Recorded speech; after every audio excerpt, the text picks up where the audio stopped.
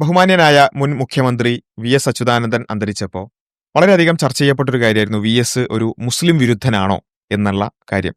ചില സ്പെസിഫിക് ആയിട്ടുള്ള അദ്ദേഹത്തിന്റെ ചില പരാമർശങ്ങൾ, ചില കേസുകളൊക്കെ എടുത്തിട്ട് അദ്ദേഹം ഒരു മുസ്ലിം വിരുദ്ധനായിരുന്നു എന്നുള്ള തരത്തിലുള്ള കുറെ ചർച്ചകൾ, അങ്ങോട്ടും ഇങ്ങോട്ടുള്ള പലതരത്തിലുള്ള സംസാരങ്ങളും ഒക്കെ കാണുകയുണ്ടായി. ഇവിടെ നമ്മൾ മനസ്സിലാക്കുന്ന ഒരു കാര്യം, ഒരിക്കലും അദ്ദേഹം പിന്നെ എല്ലാ നിലക്കും ഒരു മുസ്ലിം വിരുദ്ധ പൊളിറ്റിക്സോ അല്ലെങ്കിൽ അത്തരത്തിലുള്ള ഒരു കാര്യമോ അല്ല അദ്ദേഹത്തിന്റെ ജീവിതം മൊത്തത്തിലെടുത്താൽ നമുക്ക് കാണാൻ പറ്റുക. പക്ഷെ എന്നാൽ അതേ സമയത്ത് ചില കാര്യങ്ങൾ, അദ്ദേഹത്തിന്റെ ചില പരാമർശങ്ങൾ നമ്മൾ കാണുന്നു.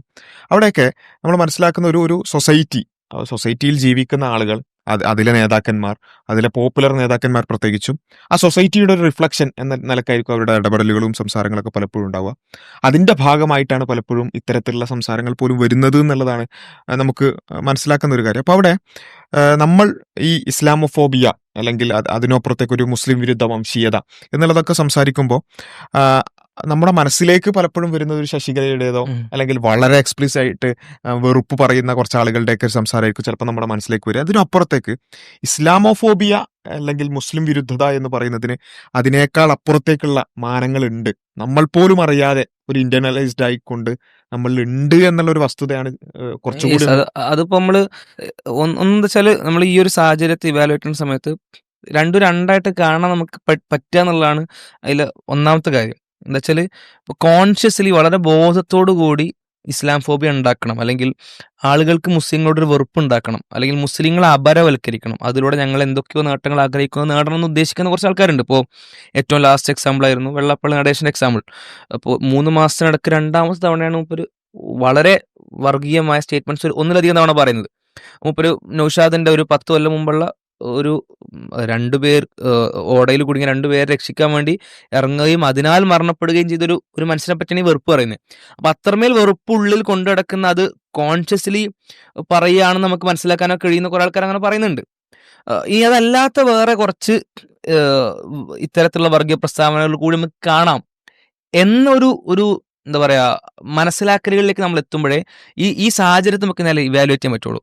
അതായത് ഓൾറെഡി സൊസൈറ്റി എന്ന് പറഞ്ഞാൽ ഇസ്ലാമോഫോബിയയിൽ മുങ്ങിക്കിടക്കുന്ന സൊസൈറ്റിയാണ്, അല്ലെങ്കിൽ ഇസ്ലാമോഫോബിക് ആയിട്ടുള്ള ഒരുപാട് ഇൻഫർമേഷൻസ് ന്യൂസിലൂടെയും മീഡിയയിലൂടെയും അതേപോലെ തന്നെ സിനിമകളും റീലുകളും അടക്കമുള്ള വളരെ ഒഫീഷ്യലും ഫോർമലുമായി ഉണ്ടാക്കുന്ന കണ്ടന്റുകളും അതല്ലാത്ത കണ്ടന്റുകളുമായിട്ടുള്ള സകല കണ്ടന്റുകളിലും പലതരത്തിൽ നിറഞ്ഞു കിടക്കുന്ന ഒരു സാധനമാണ് ഇസ്ലാമോഫോബിയ. അപ്പൊ ഇത് സ്ഥിരം കൺസ്യൂം ചെയ്യുന്ന മനുഷ്യരെന്ന അർത്ഥത്തിൽ, സാധാരണക്കാരെന്നുള്ള അർത്ഥത്തിൽ, സാധാരണക്കാരെന്ന് പറയുമ്പോൾ ഇപ്പോൾ ഒരു വലിയൊരു പൊളിറ്റീഷ്യൻ ആണെങ്കിൽ പോലും അദ്ദേഹത്തിന്റെ വളരെ പ്രധാനപ്പെട്ട വിഷയങ്ങൾക്ക് അപ്പുറം അദ്ദേഹം സാധാരണക്കാർ ഇടപെടുന്നത് പോലെയോ മനസ്സിലാക്കുന്നത് പോലെ തന്നെയാണ് കാര്യങ്ങൾ മനസ്സിലാക്കുക. അപ്പോൾ ഇങ്ങനെ നിരന്തരം കിട്ടുന്ന ഫീഡുകളിലൂടെ ലഭിക്കുന്ന കണ്ടന്റുകൾ, ഈ കണ്ടന്റുകളിൽ നിറഞ്ഞു നിൽക്കുന്ന ഇസ്ലാമോഫോബിയ, ഇത് വളരെ കോൺഷ്യസ്ലി സ്വന്തം താല്പര്യത്തിന് വേണ്ടി ഇസ്ലാമോഫോബിയ പറയാത്ത ആളുകളിൽ പോലും അവരുടെ സ്വാഭാവിക പ്രതികരണങ്ങൾ ഇസ്ലാമോഫോബിയ കൊണ്ടുവരുന്നതാണ്. ഇപ്പോൾ വി എസിനെ തന്നെ എക്സാമ്പിൾ എടുക്കുമ്പോൾ താനൊരു സെക്യുലർ ആവണം, അല്ലെങ്കിൽ സെക്യുലർ മുഖം തനിക്ക് കീപ്പ് ചെയ്യണം എന്നതായിരിക്കും അദ്ദേഹത്തിന്റെ പാട്ടിൻ്റെ ഉള്ളിലത്തെ ആവശ്യം. വോട്ടിനടക്കമുള്ള പല വിഷയങ്ങൾക്കും പുറത്തും ഉള്ളിലുമായിക്കൊണ്ട് സെക്യുലറായി മതേതരത്വത്തോടു കൂടി നിലനിൽക്കുക എന്നുള്ളതാണ് ആവശ്യം. പക്ഷെ എന്നിട്ട് പോലും വർഗീയമായ പ്രസ്താവനകൾ വരുന്നു എന്നുള്ളത്, അല്ലെങ്കിൽ അതിന്റെ അർത്ഥം എന്താ വെച്ചാൽ, അല്ലെങ്കിൽ നമ്മൾ അതിലൂടെ മനസ്സിലാക്കേണ്ട ഒരു പാഠം എന്താ വെച്ചാൽ, ഈ സൊസൈറ്റി എന്ന് പറഞ്ഞാൽ അത്രമേൽ വർഗീയതയാൽ എന്താ പറയാ മൂടപ്പെട്ട, അതിൽ നിറഞ്ഞു കുളിച്ച് ഇരിക്കുന്ന ഒരു സൊസൈറ്റിയാണെന്നുള്ളതാണ്. പലപ്പോഴും നമ്മൾ തിരിച്ചറിയാൻ പോലും പറ്റാത്ത രൂപത്തിൽ, കാരണം ഇത് പറയുന്ന ആളുകൾക്ക് പോലും തങ്ങൾ നമ്മൾ ഏതെങ്കിലും ഒരു പ്രസ്താവനയെക്കുറിച്ച് പറയുമ്പോൾ, അല്ലെങ്കിൽ ഏതെങ്കിലും ഒരു പാർട്ടിയുടെ നയനിലപാടുകളെ കുറിച്ച്, അല്ലെങ്കിൽ അവർ ആ സമയത്തെടുത്ത പരാമർശങ്ങളെ കുറിച്ചൊക്കെ സംസാരിക്കുമ്പോൾ ഞങ്ങൾ ഇസ്ലാമോഫോബിക് ആണെന്നാണോ പറയുന്നത്. കാരണം ഈവൻ അവർക്കത് ഞങ്ങൾ ഇത്തരത്തിലുള്ള ഒരു മാനസികാവസ്ഥയിലൂടെ പോകുന്നത് പോലും പലപ്പോഴും അറിയുന്നില്ല. ഇപ്പോൾ സാധാരണ പറയുന്ന ഒരു സംഗതി ഉണ്ട് ഈ വിഷയമായിട്ട് ബന്ധപ്പെട്ട്. ഇപ്പോൾ പല വിഷയങ്ങളും നമ്മൾ വലിയ ഗവേഷകരായിട്ട് പരിഗണിക്കുന്ന ആളുകൾ, അല്ലെങ്കിൽ ഇന്ന വിഷയത്തിൽ ഭയങ്കര അഗ്രഗണ്യനാണ് നമ്മൾ കരുതുന്ന ആളുകൾ, പക്ഷെ അവർക്ക് ചില വിഷയങ്ങൾ ഭയങ്കര ബയാസ്ഡ് ആയിരിക്കും. നമ്മൾ സാധാരണ പറയുന്നുണ്ട്, ആരും അൺബയാസ്ഡ് ആയിട്ട് പരിപൂർണമായി ഒരു ബയാസും ഇല്ലാതെ ഒരു പക്ഷപാതിത്വം ഇല്ലാതെ അങ്ങനെ സത്യസന്ധമായി ഗവേഷണം നടത്തുന്ന എല്ലാവരും ഉണ്ടാവില്ല. അതിൽ സ്വാഭാവികമായിട്ടും അവരുടേതായ ബയാസുകൾ, അവരുടേതായ പക്ഷപാതിത്വങ്ങൾ, അതൊക്കെ എവിടുന്ന് കിട്ടുന്നതാണ്, ഈ സമൂഹത്തിൽ നിന്ന് കിട്ടുന്നതാണെന്ന് പറയാറുണ്ട്. ഇപ്പം നമ്മൾ അതിൻ്റെ വളരെ പ്രധാനപ്പെട്ട ചില എക്സാമ്പിൾസ് എടുത്തു നോക്കുകയാണെങ്കിൽ, നമ്മൾ ലോകാടിസ്ഥാനത്തിലുള്ള പ്രധാനപ്പെട്ട ഗവേഷകർ പലരും യൂറോപ്പിൽ നിന്നുള്ളതാണ്. നമ്മൾ സാധാരണ പറയാറുള്ളൊരു സംഗതി ഉണ്ട്, യൂറോ സെൻട്രിക് ആയിട്ടുള്ള ഒരു ലോകവീക്ഷണം അവർക്കുള്ളത്. കാരണം അവരെ സംബന്ധിച്ചിടത്തോളം മറ്റുള്ള ഉപഭൂഖണ്ഡങ്ങളിലുള്ള ആളുകൾ, മറ്റുള്ള രാജ്യങ്ങളിലുള്ള ആളുകൾ യൂറോപ്യൻ ഇതര രാജ്യങ്ങളിലുള്ള ആളുകളെ സംബന്ധിച്ചിടത്തോളം അവരെപ്പോഴും ആ ഒരു കണ്ണോടുകൂടിയായിരിക്കും കാണാം. അവർ ഒരു അൺസിവിലൈസ്ഡ് ആയ ഇപ്പോൾ മുമ്പ് ഒരു അമേരിക്കൻ പൊളിറ്റീഷ്യൻ മറ്റേ സൊഹറാൻ മംദാനി എന്ന് പറഞ്ഞ ആളുടെ ഭക്ഷണ രീതിയെ വിമർശിക്കുന്നത് അദ്ദേഹത്തിന് കൈകൊണ്ട് നമ്മൾ ഇന്ത്യക്കാരൊക്കെ കഴിക്കുന്ന പോലെ ഏഷ്യക്കാർ കഴിക്കുന്ന പോലെ കൈകൊണ്ട് കഴിക്കുന്നു. അതെന്തോ ഭയങ്കര പ്രശ്നം. അതെന്താണ്? ഈ ബയാസാണ്. അപ്പൊ ഇതേപോലെ ബയാസ്ഡ് ആയിക്കൊണ്ട് സ്വാഭാവികമായിട്ടും ആളുകൾക്ക് ഉണ്ടാകും അങ്ങനത്തെ ഒരു സമൂഹത്തിൽ ജീവിക്കുമ്പോൾ അങ്ങനത്തെ ബയാസുകൾ ഉണ്ടാകും. ആ ബയാസ് പലപ്പോഴും ഇസ്ലാമോഫോബിയ അങ്ങനെ ബയാസ്ഡ് ആയിട്ട് വരുന്ന സംഗതികൾ നമുക്ക് ഇന്റേണലൈസ്ഡ് ആയിട്ട് വളരെ അറിയാതെ വരുന്നു എന്നുള്ളതാണ്. ഇപ്പം വി എസുമായിട്ട് ബന്ധപ്പെട്ടുള്ള ചർച്ച ചെയ്യുമ്പോൾ തന്നെ ഈ കഴിഞ്ഞ ദിവസം ഇന്നലെയൊക്കെ ആയിട്ട് പിന്നെ സോഷ്യൽ മീഡിയയിൽ വളരെ ചർച്ച ചെയ്യപ്പെട്ട ഒരു ഫേസ്ബുക്ക് പ്രൊഫൈലിൽ നിന്ന് വി എസിന്റെ മരണവുമായി ബന്ധപ്പെട്ടുകൊണ്ട് ചില പോസ്റ്റുകൾ ഇടുന്നു. ആ പോസ്റ്റുകൾ കുറച്ചുകൂടി അദ്ദേഹത്തെ പിന്നെ എന്താ പറയുക വിമർശിക്കുന്ന രൂപത്തിലുള്ള പോസ്റ്റുകളാണ്. അപ്പം അതിനെതിരെ വന്നിട്ടുള്ള പിന്നെ അദ്ദേഹത്തിന്റെ സ്ഥാപനത്തിന് മുമ്പിൽ കുറച്ച് നോട്ടീസുകൾ വരികയാണ്. ആ നോട്ടീസുകളിൽ വരുന്ന എന്താ വെച്ചാൽ ഓക്കെ ഞങ്ങളുടെ നേതാവിനെ എന്തിനു വിമർശിച്ചു, അല്ലെങ്കിൽ വിമർശിക്കാൻ മാത്രം നീ ആരാണ്, അങ്ങനത്തെ ചോദ്യങ്ങളൊക്കെ സ്വാഭാവികമാണ്. അത് ഒരു പക്ഷെ പ്രത്യേകിച്ചും ഒരു മരണപ്പെട്ട് കിടക്കുന്ന സമയത്ത് അത്തരത്തിലുള്ള ഒരു വിമർശനം വരുമ്പോൾ സ്വാഭാവികമായിട്ടൊരു നമ്മളിപ്പോ ഇവിടെ പറയുന്നത് ഈ ഒരു സാഹചര്യത്തിൽ ഉള്ള പ്രതികരണങ്ങളുടെ ഔചിത്യവും മാന്യതയും അത്തരം വിഷയങ്ങളെ അല്ല, നമ്മൾ ഈ ഒരു ടോപ്പിക്കിന്റെ മെറിറ്റ് മാത്രമാണ് ചർച്ച ചെയ്യുന്നത്. ആ പ്രതികരണങ്ങളുടെ രീതിയോ രൂപമോ ഭാവമോ അതിന്റെ മാന്യത അത്തരം കാര്യങ്ങളല്ല നമ്മൾ ചർച്ച ചെയ്യുന്നത് സൂചിപ്പിക്കുന്നത്. കാരണം പ്രത്യേകിച്ചും ഒരു അങ്ങേയറ്റം ഇഷ്ടപ്പെടുന്ന ഒരു നേതാവ് മരിച്ചു കിടക്കുമ്പോൾ വിമർശിക്കുന്നത് ഒരു പക്ഷെ ആ സമയത്തായിരിക്കില്ല അത് ചെയ്യേണ്ടിയിരുന്നത്. പക്ഷെ അതിന്റെ മെറിറ്റ് മാറ്റിവെച്ചാൽ ആ ഒരു വിഷയത്തെ നമുക്ക് അഡ്രസ്സ് ചെയ്യാം, ആണെങ്കിൽ അവർക്ക് അതിന്റെ പ്രതിഷേധം പോസ്റ്ററായിട്ട് പറയാം. പക്ഷെ ഇതൊരു മുസ്ലിം പേരുള്ള ഒരാളാണ് ഇത് ചെയ്തത് എന്നുള്ളത് കൊണ്ട് അവിടെ എന്താണ് പെട്ടെന്ന് തന്നെ മതസ്പർദ്ധ ഉണ്ടാക്കുന്ന, ഇതെങ്ങനെയാണ് ഒരു നേതാവിനെ വിമർശിക്കുമ്പോൾ അതെങ്ങനെ മതസ്പർദ്ധ ഉണ്ടാവുക? ഏത് മതത്തെയാണ് പ്രശ്നം? മാത്രമല്ല മുസ്ലിങ്ങൾ മാത്രമല്ല ഇങ്ങനെ വിമർശനം അല്ല, ഇവിടെ സംഘപരിവാറിന്റെ ഇപ്പൊ ടി ജി മോഹൻദാസ് അടക്കമുള്ള ആളുകൾ വി എസ് ഒരു പരാജയമായിരുന്നു എന്ന് പറഞ്ഞ് വളരെ സിമ്പിൾ ആയിട്ട് വീഡിയോ ചെയ്യുന്നുണ്ട്. അതുപോലത്തെ ഒരുപാട് ആളുകൾ അത്തരത്തിൽ പറയുന്നുണ്ട്. പക്ഷെ അതിൽ പ്രത്യേകിച്ചും ഒരു മുസ്ലിം പേരുള്ളവർ ചെയ്യുമ്പോൾ അത് പ്രത്യേകം ഹൈലൈറ്റ് ചെയ്യപ്പെടുക. അത് ഏതെങ്കിലും ഒരു ചെറിയ കുട്ടി ഒരു പോസ്റ്റ് ഇട്ടാൽ പോലും അത് ന്യൂസ് ആവുക, ന്യൂസ് കാർഡ് ആവുക, അത് ചർച്ച ചെയ്യപ്പെടുക, ഇങ്ങനെയുള്ള ഒരു അവസ്ഥ. ഞാൻ പറയുന്നത് വി എസിന്റെ പരാമർശങ്ങൾ ഇസ്ലാമോഫോബിയ ആണോ ചർച്ച ചെയ്യുന്നതിന് മുമ്പ് നിങ്ങളിപ്പോൾ ആ വിഷയത്തെ നിങ്ങൾ ഹാൻഡിൽ ചെയ്യുന്നത് എങ്ങനെയാണെന്ന് നോക്കിയാൽ തന്നെ പലപ്പോഴും ഇസ്ലാമോഫോബിയ വളരെ ക്ലിയർ ആണ്. കാരണം ഇത് ഓക്കെ ഒരു മുസ്ലിം പേരുള്ള ഒരാൾ ആയിക്കോട്ടെ, ഇനി അത് മാത്രമാണ് വിഷയമാകുന്നുണ്ടെങ്കിൽ കൂടി ആ വിഷയത്തല്ലേ അഡ്രസ്സ് ചെയ്യേണ്ടത്. അതിന് പകരം അയാളൊരു മുസ്ലിം പേരുള്ളവനായതുകൊണ്ട് മതസ്പർദ്ധയാകുന്നു. അതേപോലെ തന്നെ അയാളുടെ വിദേശ ബന്ധം അന്വേഷിക്കണമെന്ന് പറയുന്നു. ഈ വിദേശത്തേക്ക് പോവാന്നുള്ളതാണ് പലപ്പോഴും ഈ വിഷയത്തിലുള്ള ഈ ലാസ്റ്റ് കളമശ്ശേരി സ്ഫോടനം ഉണ്ടായ സമയത്ത് അത് ശരിക്കും ഒരു ക്ലാസിക് എക്സാമ്പിൾ ആണല്ലോ ഇസ്ലാമോഫോബിയ എങ്ങനെ വർക്ക് ചെയ്യുന്നു എന്നുള്ളത്. അപ്പോൾ ആ സമയത്ത് പോലും കേരളത്തിലെ വളരെ പ്രധാനപ്പെട്ട ഒരു നിഷ്പക്ഷൻ എന്നൊക്കെ സ്വയം പറയുന്ന ഒരുപാട് കാലം മതേതരത്വത്തിനെ പറ്റിയൊക്കെ സംസാരിച്ച വലിയൊരു ജേർണലിസ്റ്റ്, എക്സ്പീരിയൻസ് ആണ്, അത്ര എക്സ്പീരിയൻസ്ഡ് ആയിട്ടുള്ള ജേർണലിസ്റ്റ്, അയാൾ ഒരു ഇത്തരത്തിലൊരു മതേതര കക്ഷിയുടെ സ്ഥാനാർത്ഥിയൊക്കെ ആയിരുന്നു. അയാൾ പറഞ്ഞ ഹമാസിന് ബന്ധം എന്നുള്ളതാണ്. കളമശ്ശേരി സ്ഫോടനം പിന്നീട് തെളിയിക്കപ്പെട്ടു മാർട്ടിനാണെന്നുള്ളത്. ഞാൻ മനസ്സിലാക്കിയെടുത്തോളം ആ കളമശ്ശേരി സ്ഫോടനത്തിന്റെ ഉത്തരവാദിത്തം ഏറ്റെടുത്തുകൊണ്ട് ആ മനുഷ്യൻ വീഡിയോ ചെയ്തിട്ടില്ലായിരുന്നെങ്കിൽ ഇന്നും കേരള മുസ്ലിങ്ങൾ നിരന്തരം മറുപടിയോ മാപ്പോ പറഞ്ഞുകൊണ്ടിരിക്കേണ്ട ഒരു വിഷയമായിട്ട് തുടർന്നിരുന്നതാണ്. കാരണം അത്തരം ഒരു സംഭവം, ഒരു സ്ഫോടനം നടന്നു, വേറൊന്നും അതിനെപ്പറ്റി അറിയില്ല. അതിനെ സിംപിളി മനസ്സിലാക്കുന്നത് എങ്ങനെയാണ്? മുസ്ലിമായിട്ട് കണക്ട് ചെയ്തിട്ട് മാത്രം, വേറൊരു കണക്ഷൻ കൊടുക്കാൻ പറ്റുന്നില്ല. ഇപ്പോൾ അവിടെ പോലീസുകാരുടെ നടപടി, അവിടെ വളരെ ഒരു നിലക്കും ഇത്തരം ഒരു ഹിസ്റ്ററി പോലും ഇല്ലാത്ത ഫേസ്ബുക്കിലെ ആക്ടിവിസ്റ്റ് ഒക്കെ നടത്തിയാൽ ഫേസ്ബുക്കിൽ പോസ്റ്റുകൾ മാത്രം കിടക്കുന്ന ആളുകളെ പോലും കൊണ്ടുപോയിട്ട് എന്ത് ചെയ്തു? നിരീക്ഷണത്തിൽ വെച്ചു, അറസ്റ്റ് ചെയ്തു. അതായത് നാട്ടിലൊരു ഒരു സ്പെസിഫിക് കാറ്റഗറിയിലോ ടെംപ്ലേറ്റിലോ ഉള്ള സംഭവങ്ങൾ നടന്നാൽ അതിന്റെ പിന്നിൽ മുസ്ലിങ്ങളാവാനേ വഴിയുള്ളൂ, തരമുള്ളൂ. വിദേശമടക്കമുള്ള പല ബന്ധങ്ങളും അതിനുണ്ടാവാം എന്നൊരു തോട്ടിലേക്ക് പോകുന്നുണ്ടെങ്കിൽ, ആ ചിന്തയിലേക്ക് പോകുന്നവരെല്ലാം അവരിനി 24 മണിക്കൂറും മതേതരത്തെ പറ്റി സംസാരിക്കുന്നവരാണെങ്കിലും, അവരിനി 24 മണിക്കൂറും ആന്റി ഫാസിസ്റ്റുകളായി സമൂഹത്തിൽ നിലകൊള്ളുന്നവരാണെങ്കിലും, അല്ലെങ്കിൽ അവർ മതേതര കക്ഷിയുടെ പ്രവർത്തകരാണെങ്കിൽ, ഫുൾ ടൈം പ്രവർത്തകരാണെങ്കിൽ പോലും നിങ്ങൾക്ക് ഇത്തരത്തിലൊരു ചിന്ത വരുന്നുണ്ടെങ്കിൽ, അല്ലെങ്കിൽ നിങ്ങളുടെ പ്രവർത്തനത്തിൽ ഇത്തരത്തിൽ ധ്വനി വരുന്നുണ്ടെങ്കിൽ അവിടെ ഇസ്ലാമോഫോബിയ വർക്ക് ചെയ്യുന്നുണ്ടെന്നാണ് അർത്ഥം. അതിന്റെ വേറൊരു ഉദാഹരണം നമ്മൾ അന്താരാഷ്ട്ര തലത്തിൽ എടുത്ത് നോക്കണം. നമ്മൾ മുമ്പ് ഒരുപാട് ചർച്ച ചെയ്തിരുന്നു. ഇപ്പൊ രവിചന്ദ്രനൊക്കെ എടുത്തിരുന്ന ഒരു വിഷയമാണ് ഒരു എക്സ് മുസ്ലിം ആക്രമണം നടത്തിയ സംഭവം ജർമ്മനിയിലാണെന്ന് എൻ്റെ ഓർമ്മ. അവിടെ ആക്രമണം നടത്തിയപ്പോൾ ആദ്യം എല്ലാവരും ഭയങ്കര അത് മുസ്ലിം ആണെന്നുള്ള Yes, രൂപത്തിൽ yes. അവതരിപ്പിക്കാൻ ശ്രമിച്ചിട്ടുണ്ട്. പിന്നെയാണ് മനസ്സിലാവുന്നത് ഇത് എക്സ് മുസ്ലിംസിനെ രക്ഷിക്കാൻ വേണ്ടി ശ്രമിച്ചിരുന്ന, എക്സ് മുസ്ലിംസിനെ എങ്ങനെയെങ്കിലും ഇപ്പൊ സൗദി അങ്ങനത്തെ ഇസ്ലാമിക രാഷ്ട്രങ്ങളിൽ നിന്ന് അവരെ രക്ഷിച്ചു കൊണ്ടുപോകാൻ ശ്രമിച്ചിരുന്ന ഒരു വലിയ ഓർഗനൈസേഷന്റെ ഒരു വലിയ ഓർഗനൈസർ ആയിരുന്നു ഇയാൾ എന്നുള്ളത് പിന്നെയാണ് മനസ്സിലാവുന്നത്. അപ്പോൾ അത് മനസ്സിലായപ്പോൾ ഇതൊക്കെ കെട്ടടങ്ങി. ഈ അത് വിഷയങ്ങളും ഒരേ ക്രൈം അതെ അത് മുസ്ലിം ആണെന്ന് പറയുമ്പോൾ അതിന്റെ ആ ക്രൈമായിട്ട് ബന്ധപ്പെട്ട ഡിസ്കഷൻ ഇത്രയാണെങ്കിൽ മുസ്ലിം അല്ലാന്ന് പറയുമ്പോൾ ആ സെയിം ക്രൈമാണ്. ആ ക്രൈം പറഞ്ഞാൽ മുസ്ലിം അല്ലാന്ന് പറയുമ്പോൾ ഡിസ്കഷൻ ചെയ്യാൻ നേരെ താഴെയാണ്. അതെ. അത് മാത്രം മതി ഇസ്ലാം ഫോബി എങ്ങനെ ഇതിലിപ്പം സൊസൈറ്റി നിലനിൽക്കും ഈ മനസ്സിലാക്കാൻ. ഈ കളമശ്ശേരി സ്ഫോടനത്തിൽ നമ്മളൊന്ന് ഒരു സാങ്കല്പികമായിട്ട് എടുക്കുക. അതിന്റെ ഈ പറഞ്ഞ പോലെ മാർട്ടിൻ അത് ഏറ്റെടുത്തില്ല. സ്വാഭാവികമായിട്ടും അത് ഹമാസ് അങ്ങനെ ആയിരിക്കും.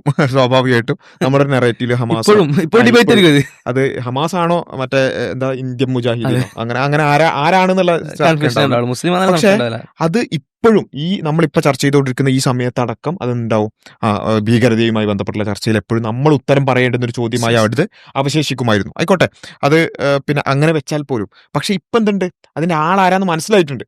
പക്ഷേ ആളാരാണെന്ന് മനസ്സിലായപ്പോൾ അത് ഈ പറഞ്ഞ സ്പെഷ്യൽ കള്ളികളിൽ കാറ്റഗറിയിൽ ആ വരുന്നില്ല. കാറ്റഗറീസിലും കള്ളികളിലും പെടാത്തത് കൊണ്ട് എന്ത് ചെയ്യാണ്, അതിനെക്കുറിച്ച് ചർച്ചയേ ഇല്ല. കാരണം കേരളം കണ്ട ഏറ്റവും പ്രധാനപ്പെട്ട ഏറ്റവും വലിയ ഭീകരാക്രമണങ്ങളിൽ ഒന്നാണ് കളമശ്ശേരി ഭീകരാക്രമണം. അത്രയും ആളുകൾ മരിച്ചിട്ടുണ്ട്. അപ്പോൾ മരണത്തിന്റെ പേരിൽ നോക്കുമ്പോൾ അത്രയും വലിയ ഭീകരാക്രമണം കേരളത്തിൽ എങ്ങനെയില്ല. അപ്പോൾ അത്രയും വലിയൊരു ഭീകരാക്രമണം ഇന്ന് വിസ്മൃതിയിലാണ്. അതിനെക്കുറിച്ച് ആർക്കും ചർച്ച ചെയ്യണ്ട. അതിനൊരു ന്യൂസ് വാല്യൂ ഇല്ല, അതിന് ഫോളോ അപ്പുകളില്ല. ഇതാണ് യഥാർത്ഥത്തിൽ എന്തുകൊണ്ട് ഈ പ്രയോറിറ്റി നിശ്ചയിക്കപ്പെടുന്നു. എന്ത് ചർച്ച ചെയ്യണം, എന്ത് ചർച്ച ചെയ്യണ്ട, എന്തിന് പിന്നെ ന്യൂസ് വാല്യൂ പ്രാധാന്യം കൊടുക്കണം. കൊടുക്കണ്ട എന്ന് തീരുമാനിക്കുന്നിടത്താണ് ഈ ഇസ്ലാമോഫോബിയ ഉള്ളത് എന്നുള്ളതാണ്. ഇപ്പം ഇതിൽ പൊതുവെ നമ്മൾ ഇത്തരത്തിൽ കേരളത്തിലുള്ള ഇസ്ലാമോഫോബിയും കേരളത്തിലുള്ള ഭീകരതയൊക്കെ ചർച്ച ചെയ്യുമ്പോൾ ഏറ്റവും പ്രധാനമായിട്ടും ഈവൻ നമ്മളെ ഇതുവരേക്കും വീഡിയോ കണ്ടിട്ട് ചിലപ്പം ഈ വീഡിയോ ഫുള്ള് കാണാതെ കമന്റ് ഇടുന്ന ആൾക്കാർ ചിലപ്പം ഇപ്പം തന്നെ കമന്റ് ഇട്ടുണ്ടാവും കൈവെട്ട് എന്ന് പറഞ്ഞിട്ട്. അപ്പോൾ കൈവെട്ട് എന്ന് പറയുന്ന ഒരു ക്ലാസിക് കേരളത്തിൽ നടന്നിട്ടുള്ള പിന്നെ പ്രശ്നത്തിന്റെ ക്ലാസിക് എക്സാമ്പിളായിട്ട് കൈവെട്ട് എപ്പോഴും ഉണ്ടാവും. കൈവിട്ടൊരു പ്രശ്നമാണ്, സംശയമില്ല. ആ ഒരു കോഴ്സ് അല്ലെങ്കിൽ ഒരു മുഹമ്മദ് നബിയെ നിന്ദിച്ചുകൊണ്ടൊരു ചോദ്യ പേപ്പർ എഴുതുന്നു. അതിനോട് ആ രൂപത്തിലല്ല അവിടുന്ന് പൊതുവെ മതേതര സമൂഹം തന്നെ മന്ത്രിമാരടക്കം അതിനെ തള്ളി പറഞ്ഞ് ആ സകല സംഘടനകൾ കോളേജ് മാനേജ്മെന്റ് അടക്കം കളഞ്ഞു നിൽക്കുന്ന ഒരാളെ പോയിട്ട് കൈവെട്ടിയിട്ട് എന്ത് ചെയ്യാണ്, അയാൾക്ക് പ്രസക്തി കൂട്ടി കൊടുക്കുകയാണ് ചെയ്തിട്ടുള്ളത്. അപ്പൊ അത്രയും വലിയ അപരാധമാണ് ആ കൈവെട്ട് ചെയ്തെന്നുള്ള കാര്യത്തിനും സംശയമില്ല. പക്ഷേ ഇപ്പോഴും, അതായത് കൈവെട്ട് നടന്നിട്ട് വർഷങ്ങളായി, ഇപ്പോഴും കൈവെട്ടാണ് വിഷയം. പക്ഷെ നമ്മൾ പിന്നെ കേരളത്തിൽ മൊത്തത്തിൽ നോക്കുക, കേരളത്തിൽ എത്ര കൈവെട്ട് എന്നല്ല തലവെട്ടുകൾ എത്രയാണ് നടന്നിട്ടുണ്ട്. കൈവ് എന്ന് പറഞ്ഞാൽ ഒരു അവയവാണ്, അതിനപ്പുറത്തേക്ക് തല തന്നെ വെട്ടിക്കളഞ്ഞില്ലാത്ത അവസ്ഥയിലേക്ക് എത്തിക്കുന്ന, ജീവൻ ഇല്ലാതാക്കിയിട്ടുള്ള ഒരുപാട് പിന്നെ ഉണ്ട്. കൈ വെട്ടിയിട്ടുണ്ട്, കാല് വെട്ടിയിട്ടുണ്ട്, 52 വെട്ട് വെട്ടിയിട്ടുണ്ട്, 51 വെട്ട് വെട്ടിയിട്ടുണ്ട്. അധികം അകലല്ല മറ്റേ കൊടിഞ്ഞി ഫൈസലിന്റെ അതെ, മതത്തിന്റെ പേരിൽ തന്നെ മതം മാറിയതിന്റെ പേരിൽ പിന്നെ കൊടിഞ്ഞി ഫൈസൽ, യാസർ, അതുപോലെ തന്നെ മതം മുസ്ലിം ആണ് എന്നുള്ളതിന്റെ പേരിൽ മാത്രം ഈ റിയാസ് മൗലവി, അതുപോലെ മദ്രസയിലേക്ക് പോകുന്ന ഒരു വിദ്യാർത്ഥി ഫഹദ് എന്ന് പറയുന്ന ചെറിയൊരു കുട്ടി. അപ്പോൾ ഇങ്ങനെയൊക്കെ അത് വെച്ചാൽ ഈവൻ എന്താ പറയാ, കൊടിഞ്ഞി ഫൈസലൊക്കെ ആണെന്ന് മതം മാറി എന്നുള്ള കാരണം പോലും വേണമെങ്കിൽ പറയാം, ഭരണഘടനാപരമായിട്ടുള്ള അവകാശമാണ്, എന്നാൽ പോലും. പക്ഷെ ഒരു കുട്ടിനെ കൊല്ലുന്നതിൽ എന്ത് കാര്യമുള്ളത്? അപ്പൊ ഇതൊക്കെ കടന്നുറങ്ങുന്ന റിയാസ് മൗലവിനെ കൊല്ലുന്നുണ്ട്, എന്താ ഒരർത്ഥമില്ല. മാത്രമല്ല ഈ ഫഹദ് എന്ന് പറഞ്ഞ കുട്ടിനെ കൊല്ലുന്നതിന്റെ കാരണമായിട്ട് പിന്നെ ആ കൊന്നയാളുടെ അമ്മയുടെ സംസാരമൊക്കെ നമുക്ക് ന്യൂസിൽ അവൈലബിൾ ആണ്. അയാൾ പറയുന്നത് വെച്ചാൽ ഈ ശശികലയെ പോലുള്ള ആളുകളുടെ സംസാരമൊക്കെ നിരന്തരമായി കേൾക്കുമായിരുന്നു. ആ അമ്മക്ക് സഹിക്കാൻ പറ്റുന്നില്ല ഈ ചെറിയ കുട്ടിനെ കൊന്നിട്ട്. അപ്പൊ അത്രയും വലിയ കാര്യങ്ങൾ നടന്നിട്ടുണ്ട്. ഇതൊക്കെ നടന്ന കേരളത്തിൽ ഇപ്പോഴും ലൈം ലൈറ്റിൽ എവിടെയുള്ളത് ആ കൈവെട്ടാണ്. ഇത്രയും തലകൾ ഇവിടെ ഉരുണ്ട് വീണിട്ടും കൈയാണ് പ്രശ്നം. അപ്പോൾ ഇവിടെയാണ് നമ്മൾ പറയുന്നത് എന്തുകൊണ്ട് ഈ കൈക്ക് ഇത്രയേറെ തലകളേക്കാൾ പ്രാധാന്യം കൊടുക്കുന്നു. ഈ 51 വെട്ടിനേക്കാളും കൈ എപ്പോഴും ഉയർന്നു നിൽക്കുന്നത് എന്തുകൊണ്ട്? കൈ പ്രശ്നമാണെന്ന് പറയുന്നതിന്റെ ഒപ്പാണ് ഈ ചോദ്യം ചോദിക്കുന്നത്. അതിനർത്ഥം കൈ പ്രശ്നമല്ല എന്നുള്ളതല്ല. ഇപ്പോ ആ പ്രശ്നത്തിന്റെ ഒരു തോതിനെ പറ്റി പറയുമ്പോൾ പോലും ഇപ്പോ കൈ വെട്ടിയതിനെ അപലപിക്കുകയും അതിനെ തിരുത്തുകയും അതിനെ പ്രശ്നവൽക്കരിക്കുകയും ചെയ്ത ആളുകളുടെ എണ്ണം എടുത്താൽ അത് കേരളത്തിൽ മറ്റൊരു വിഷയത്തിലും പ്രതികരിച്ച ആളുകളുടെ എണ്ണത്തേക്കാൾ കൂടുതലായിരിക്കും. സകല മുസ്ലിം സംഘടനകളും സകല മുസ്ലിം പണ്ഡിതന്മാരും ക്യാമ്പയിൻ വരെ നടത്തിയിട്ടുണ്ട്. പ്രോഗ്രാംസ് കൊണ്ട് ഒരു നേരെയായിരുന്നു ഇതെന്തുകൊണ്ട് പ്രശ്നമാണെന്നും എന്തുകൊണ്ട് തെറ്റാണെന്നും ഇതെങ്ങനെ ചെയ്യാൻ പാടില്ല എന്ന് എക്സ്പ്ലെയിൻ ചെയ്യുന്നത്. ഈ പറഞ്ഞ തലവെട്ടുകളുടെ പേരിൽ എത്ര ഹൈന്ദവ സംഘടനകൾ, എത്ര സമുദായ സംഘടനകൾ, എത്ര ക്രൈസ്തവ സംഘടനകൾ തങ്ങളെ മാപ്പ് അപേക്ഷിച്ചിട്ട്, അല്ലെങ്കിൽ ഈ കേരള സമൂഹത്തോട് ഞങ്ങൾ ചെയ്ത വലിയൊരു അപരാധമായി പോയി, ഞങ്ങൾ അയാൾക്ക് വേണ്ടി മാപ്പ് ചോദിക്കുന്നു, അല്ലെങ്കിൽ തെറ്റായിരുന്നു മാപ്പൊന്നും ചോദിക്കണ്ട, ഇതൊരു തെറ്റായിരുന്നു, ഒരു പ്രശ്നമാണ് എന്ന ഒഫീഷ്യൽ പ്രസ്താവനയോ അതുമായി ബന്ധപ്പെട്ട ഒരു പ്രമേയത്തിൽ ഒരു പരിപാടികളുടെ നിരയോ വെച്ച എത്ര സംഘടനകളുണ്ട്, അല്ലെങ്കിൽ അവർക്ക് അത്തരത്തിലൊരു ബാധ്യത നിലവിലില്ല. ഇപ്പൊ ഇവിടെ ഏറ്റവും പ്രശ്നം ഇതാണ്. ഇതിന്റെ വേറൊരു ഉദാഹരണമാണ് ഇപ്പൊ ഈ അടുത്ത് ഭയങ്കര വാർത്ത ധർമ്മസ്ഥലയിലെ സംഭവം. ധർമ്മസ്ഥലയിൽ 100-ലേറെ സ്ത്രീകളെ കൊന്നു കുഴിച്ചു മൂടിയെന്ന് അത്രയും റെലവെന്റ് ആയ ഒരു കേസ്. ആ 100-ലേറെ സ്ത്രീകളെ കൊന്നു കുഴിച്ചു മൂടിയതിനെ കുറിച്ച് ഒരു മാധ്യമത്തിൽ, ഒരു വളരെ പ്രശസ്തമായ നമ്മളെ കേരളത്തിലെ ഒരു മാധ്യമത്തിൽ പ്രത്യേകം കണ്ടത് ഇത് സെൻസേഷണൽ ആക്കാൻ ഉദ്ദേശിക്കുന്നു. അപ്പൊ അവര് തീരുമാനിക്കണം ഇത് സെൻസേഷണൽ ആക്കുന്നില്ല, വളരെ കൃത്യമായ വിവരം കിട്ടിയിട്ട് നമ്മളറിയാം. പക്ഷെ കളമശ്ശേരിയിൽ കൃത്യമായ വിവരത്തിനോട് കാത്തുന്നില്ല, അവിടെ സെൻസേഷണൽ ആക്കി. അല്ല മാത്രമല്ല, ഈ ധർമ്മസ്ഥലന്റെ വിഷയം പറഞ്ഞപ്പോഴാണ് ഇത് ഒരു മുസ്ലിം പള്ളിയിലോ അല്ലെ പള്ളിക്കാട്ടിലോ അല്ലെങ്കിൽ ഒരു മക്കാമിലോ അങ്ങനെ മുസ്ലിങ്ങളുമായി ബന്ധപ്പെട്ടിട്ടുള്ള എന്തെങ്കിലും ഒരു ഇതിലാണെന്നുണ്ടെങ്കിൽ എന്തായിരിക്കും അവസ്ഥ? നമ്മളിവിടെ ഇരുന്നിട്ട് പോഡ്കാസ്റ്റ് ചെയ്യേണ്ടി വരും. ഒരു എപ്പിസോഡിൽ തീരൂല.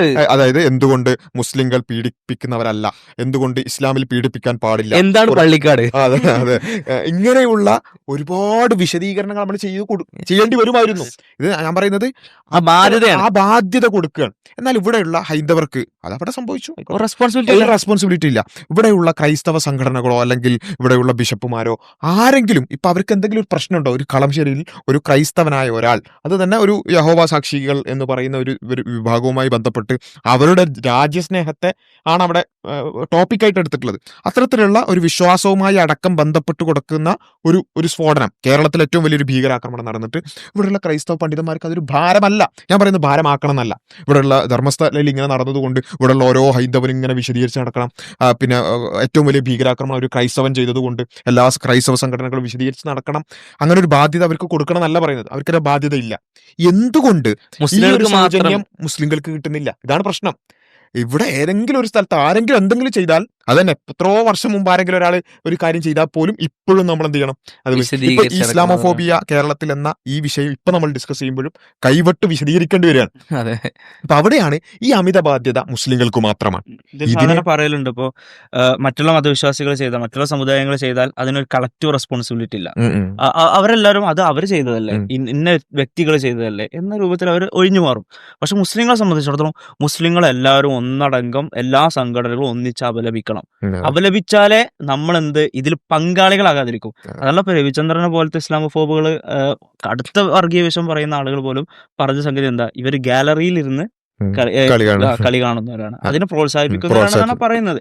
പക്ഷെ ഇത് മറ്റുള്ള സമുദായങ്ങളെ കുറിച്ച് അങ്ങനെ പറയില്ല, മുസ്ലിങ്ങളെ കുറിച്ച് അങ്ങനെ പറയും. അവിടെ തന്നെ ആ ഇസ്ലാമോഫോബിക് മെന്റാലിറ്റി. ഇത് ഈച്ച് ആൻഡ് എവറി മുസ്ലിം, എല്ലാ മുസ്ലിമിനും റെസ്പോൺസിബിലിറ്റി ഉണ്ട്. I'm not a terrorist എന്ന് പ്രൂവ് ചെയ്യൽ, ഞാൻ ടെററിസ്റ്റ് അല്ല എന്നുള്ളത് പ്രൂവ് ചെയ്യൽ ഓരോ മുസ്ലിമിന്റെ റെസ്പോൺസിബിലിറ്റി ഉണ്ട്. ഇത് ഇപ്പോ കേരളത്തിൽ നടന്ന കേസുകൾ മാത്രമല്ല, അഫ്ഗാനിസ്ഥാനിലോ സാധനം ഉണ്ടായി കഴിഞ്ഞാൽ, സിറിയയിലോ ഫലസ്തീനിലോ അവിടെ ഒരു കാര്യം നടന്നാൽ പോലും അതിന് നമ്മൾ ഇവിടെ വിശദീകരണം കൊടുക്കേണ്ട അനിവാര്യതയാണ്. തൊട്ടപ്പുറത്തെ നാട്ടിലോ അപ്പുറത്തെ മണ്ഡലത്തിലോ താലൂക്കിലോ ജില്ലയിലോ നടന്നാൽ പോലും അതിന് ഉത്തരം കൊടുക്കേണ്ട റെസ്പോൺസിബിലിറ്റി ആർക്കില്ല? മറ്റു സമുദായങ്ങൾക്കില്ല. ഭരണകൂടങ്ങൾ, ചില ഭരണകൂടങ്ങളൊക്കെ ചെയ്ത വിഷയത്തിലൊക്കെ നമ്മൾ ഇരുന്ന് മറുപടി കൊടുക്കേണ്ടി വരും. ഇപ്പോൾ ഈ ബ്രിട്ടീഷുകാർ എന്ന് പറഞ്ഞാൽ ഒരു 99% എന്താണ് ക്രിസ്ത്യൻസ് ആണ്. ആ ക്രിസ്ത്യൻസ് ആയിട്ടുള്ള നമ്മളവരെ ബ്രിട്ടീഷുകാരനെ വിളിക്കോളെ, നേരെ മറിച്ച് അറബ്സോ അല്ലെങ്കിൽ മുസ്ലിം മതത്തിലുള്ള ഏത് നാട്ടിൽ വന്നാലും ഒരു മുസ്ലിങ്ങളാണ്. പുറത്തത്തെ ഒരു ക്രൈസ്തവർ വന്നു കഴിഞ്ഞാൽ അവർ ക്രൈസ്തവരല്ല, അവരാ രാജ്യക്കാരാണ്, അവർ ആ രാജ്യത്തിന്റെ പേരിൽ മാത്രമേ വിളിക്കുള്ളൂ. അപ്പൊ ഈ ബ്രിട്ടീഷുകാർ വന്ന് ഇന്ത്യയിൽ നടത്തിയ ഇത്രത്തോളം വലിയ ക്രൂരതകൾ, ഇന്ത്യയെ സാമ്പത്തികമായി നശിപ്പിച്ച് നമുക്കറിയാം. എത്രയോ താഴേക്ക് GDP കൊണ്ടുപോകുന്നു. അതേപോലെ തന്നെ സാംസ്കാരികമായിട്ടുള്ള അധിനിവേശം നമുക്കറിയാം. അതേപോലെ തന്നെ ഇവിടെ ഉണ്ടാക്കിയ ഭിന്നത അറിയാം. കൊലപാതകങ്ങളുടെ എന്ന് പറഞ്ഞാൽ അത്രയും കൊലപാതകങ്ങൾ നടത്തിയിട്ടുണ്ട്. ഈ ക്രൂരതകൾ മാത്രം എടുത്തിട്ട് ഇതിനാരെങ്കിലും ക്രൈസ്തവർ പേരിൽ ആരോപിക്കുന്നുണ്ടോ? ഇല്ല. ഇനി ഈ ബ്രിട്ടീഷുകാർ ചെയ്ത, ഈ ഭരണകൂടം ചെയ്ത ഏതെങ്കിലും ഒരു പ്രവർത്തനത്തിന് ഈ ക്രൈസ്തവർക്കോ ക്രൈസ്തവ മിഷണറിമാർക്കോ സംഘടനകൾക്കോ ഇതിന് മറുപടിയോ വിശദീകരണമോ ഇത് ആവർത്തിച്ച് പറയേണ്ടതോ ആയിട്ടുള്ള ഒരു ബാധ്യത വരുന്നുണ്ടോ? ഇല്ല. നേരെ മറിച്ച് ബ്രിട്ടീഷുകാർ വന്നത് മിഷണറി പ്രവർത്തനങ്ങളുടെ കൂടെയാണ്. അപ്പൊ ക്രൈസ്തവ മതം പ്രചരിക്കുന്നത് തന്നെ അത് അവരുടെ ഒരു ലക്ഷ്യവും കൂടിയായിരുന്നു. അതൊക്കെ ഉണ്ടായിരിക്കും ഒരു ക്രൈസ്തവന് എന്തില്ല ആ ഒരു ബാധ്യത. ഞാൻ ബാധ്യത കൊടുക്കണം എന്നല്ല, നമ്മൾ പോയിന്റ് ഈ മറ്റു മതങ്ങൾക്ക് ബാധ്യത ഇല്ല, അപ്പൊ അവർക്ക് കൂടി ബാധ്യത വേണം, ഞങ്ങൾ ബാധ്യത എടുക്കുന്നുണ്ട്. അതല്ല, അവർക്കും ബാധ്യത ആവശ്യമില്ല, മുസ്ലിങ്ങൾക്കും ബാധ്യത ആവശ്യമില്ല. പക്ഷെ എന്ത് ചെയ്യുന്നു, ഈ സൊസൈറ്റി അവർക്ക് ബാധ്യത കൊടുക്കുന്നില്ല, എന്നാൽ മുസ്ലിങ്ങളെ മാത്രം സെലക്റ്റീവായി എടുത്തുകൊണ്ട് ഒരു നിലക്കും വിശദീകരണം ആവശ്യമില്ലാത്ത വിഷയങ്ങൾക്ക് പോലും ബാധ്യത നൽകുന്നു എന്നാണ് പ്രശ്നം. ഇതിപ്പം ഈ ബ്രിട്ടീഷുകാരെ പറഞ്ഞു, ബ്രിട്ടീഷുകാർ വന്നത് ഈ പറഞ്ഞ ഈവൻ ക്രൈസ്തവ മിഷണറിമാർ അല്ലെങ്കിൽ ആ മിഷണറി പ്രവർത്തനത്തിന്റെ കൂടെയാണ്, എന്നിട്ടും ആ ബാധ്യതയില്ല. എന്നാൽ മുസ്ലിങ്ങൾ എന്ത് ചെയ്യണം? മുഗൾ സാമ്രാജ്യത്തിൽ എന്ത് ചെയ്യണം? ഔറംഗസേബ് ഭയങ്കര ക്രൂരനാണ്, അവര് തന്നെ ചരിത്രത്തെ മാറ്റിയിട്ട് ക്രൂരനാക്കിയിട്ടുണ്ട്. ആ ക്രൂരനായ ഔറംഗസേബ് ചെയ്തതിന് ഇപ്പോഴും നമ്മൾ എന്ത് ചെയ്യണം? വിശദീകരണം കൊടുക്കണം. എന്ന് മാത്രമല്ല, ആയിക്കോട്ടെ, ഇനിയിപ്പോ മുഗള് ഭരണാധികാരികളൊക്കെ ഇസ്ലാമിന്റെ വലിയ പ്രവാചകന്മാരാണ് തന്നെ വിചാരിക്കുക.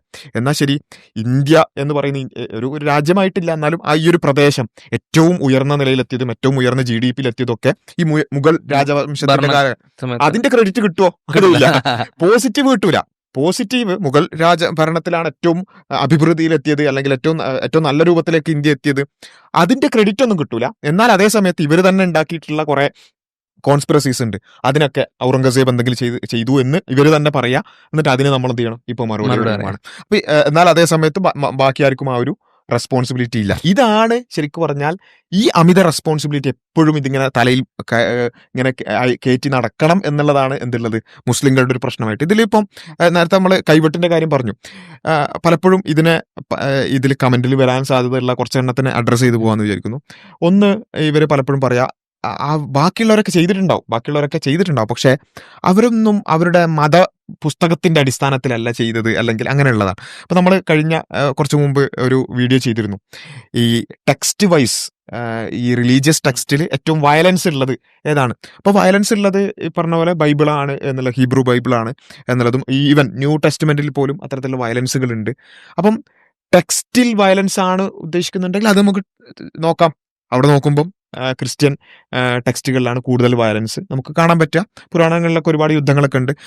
പിന്നെ ഖുർആനിലുള്ള പെർസെൻറ്റേജ് പോലും നമ്മൾ പറഞ്ഞു.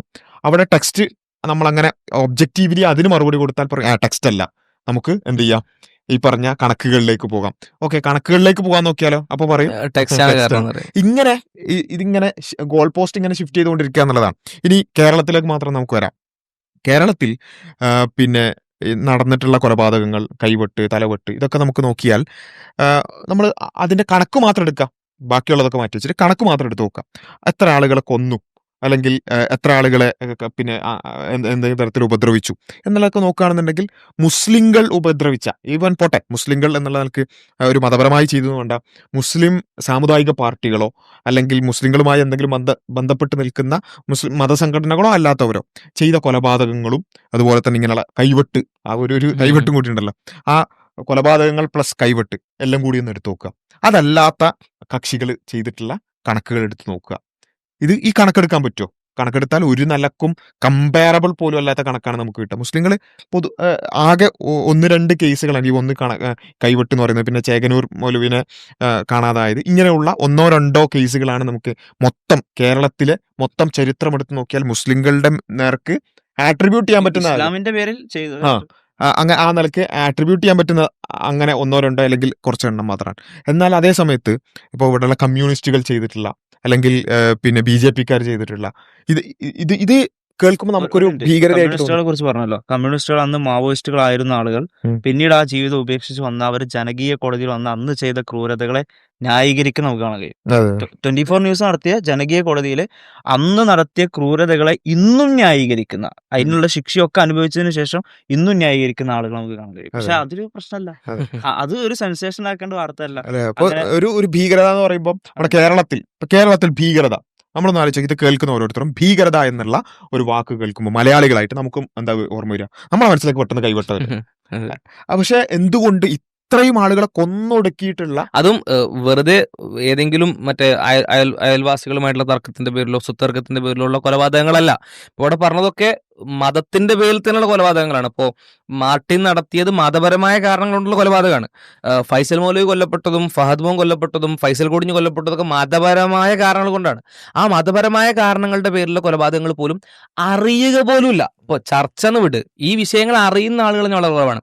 എന്നാൽ ഈ കൈവെട്ട് കേസ്, ജോസ് മാഷ കൈവെട്ട് കേസ് അറിയാത്ത ഫോളോ അപ്പ് നോക്കണം. എല്ലാ വർഷവും എന്ത് ചെയ്യും, അതിന്റെ വാർഷികമൊക്കെ അതെ ആഘോഷിക്കും, കൈവെട്ടിന്റെ വാർഷികമൊക്കെ ആഘോഷിക്കും. അതിഥിയൊക്കെ എന്നാൽ ആയിട്ടൊക്കെ ആ, എന്നാൽ ക്ഷണിക്കും. അതേ സമയത്ത് ഈ പറഞ്ഞ റിയാസ് മൗലവിന്റെ കേസ്, അതുപോലെ തന്നെ ഫൈസൽ കൊടിഞ്ഞിയുടെ കേസ്, ഇതൊക്കെ ഇപ്പോഴും എന്താണ് വേറൊരു ഇഴഞ്ഞു വിഷയമുണ്ട്. നീങ്ങിക്കൊണ്ടിരിക്കുകയാണ്.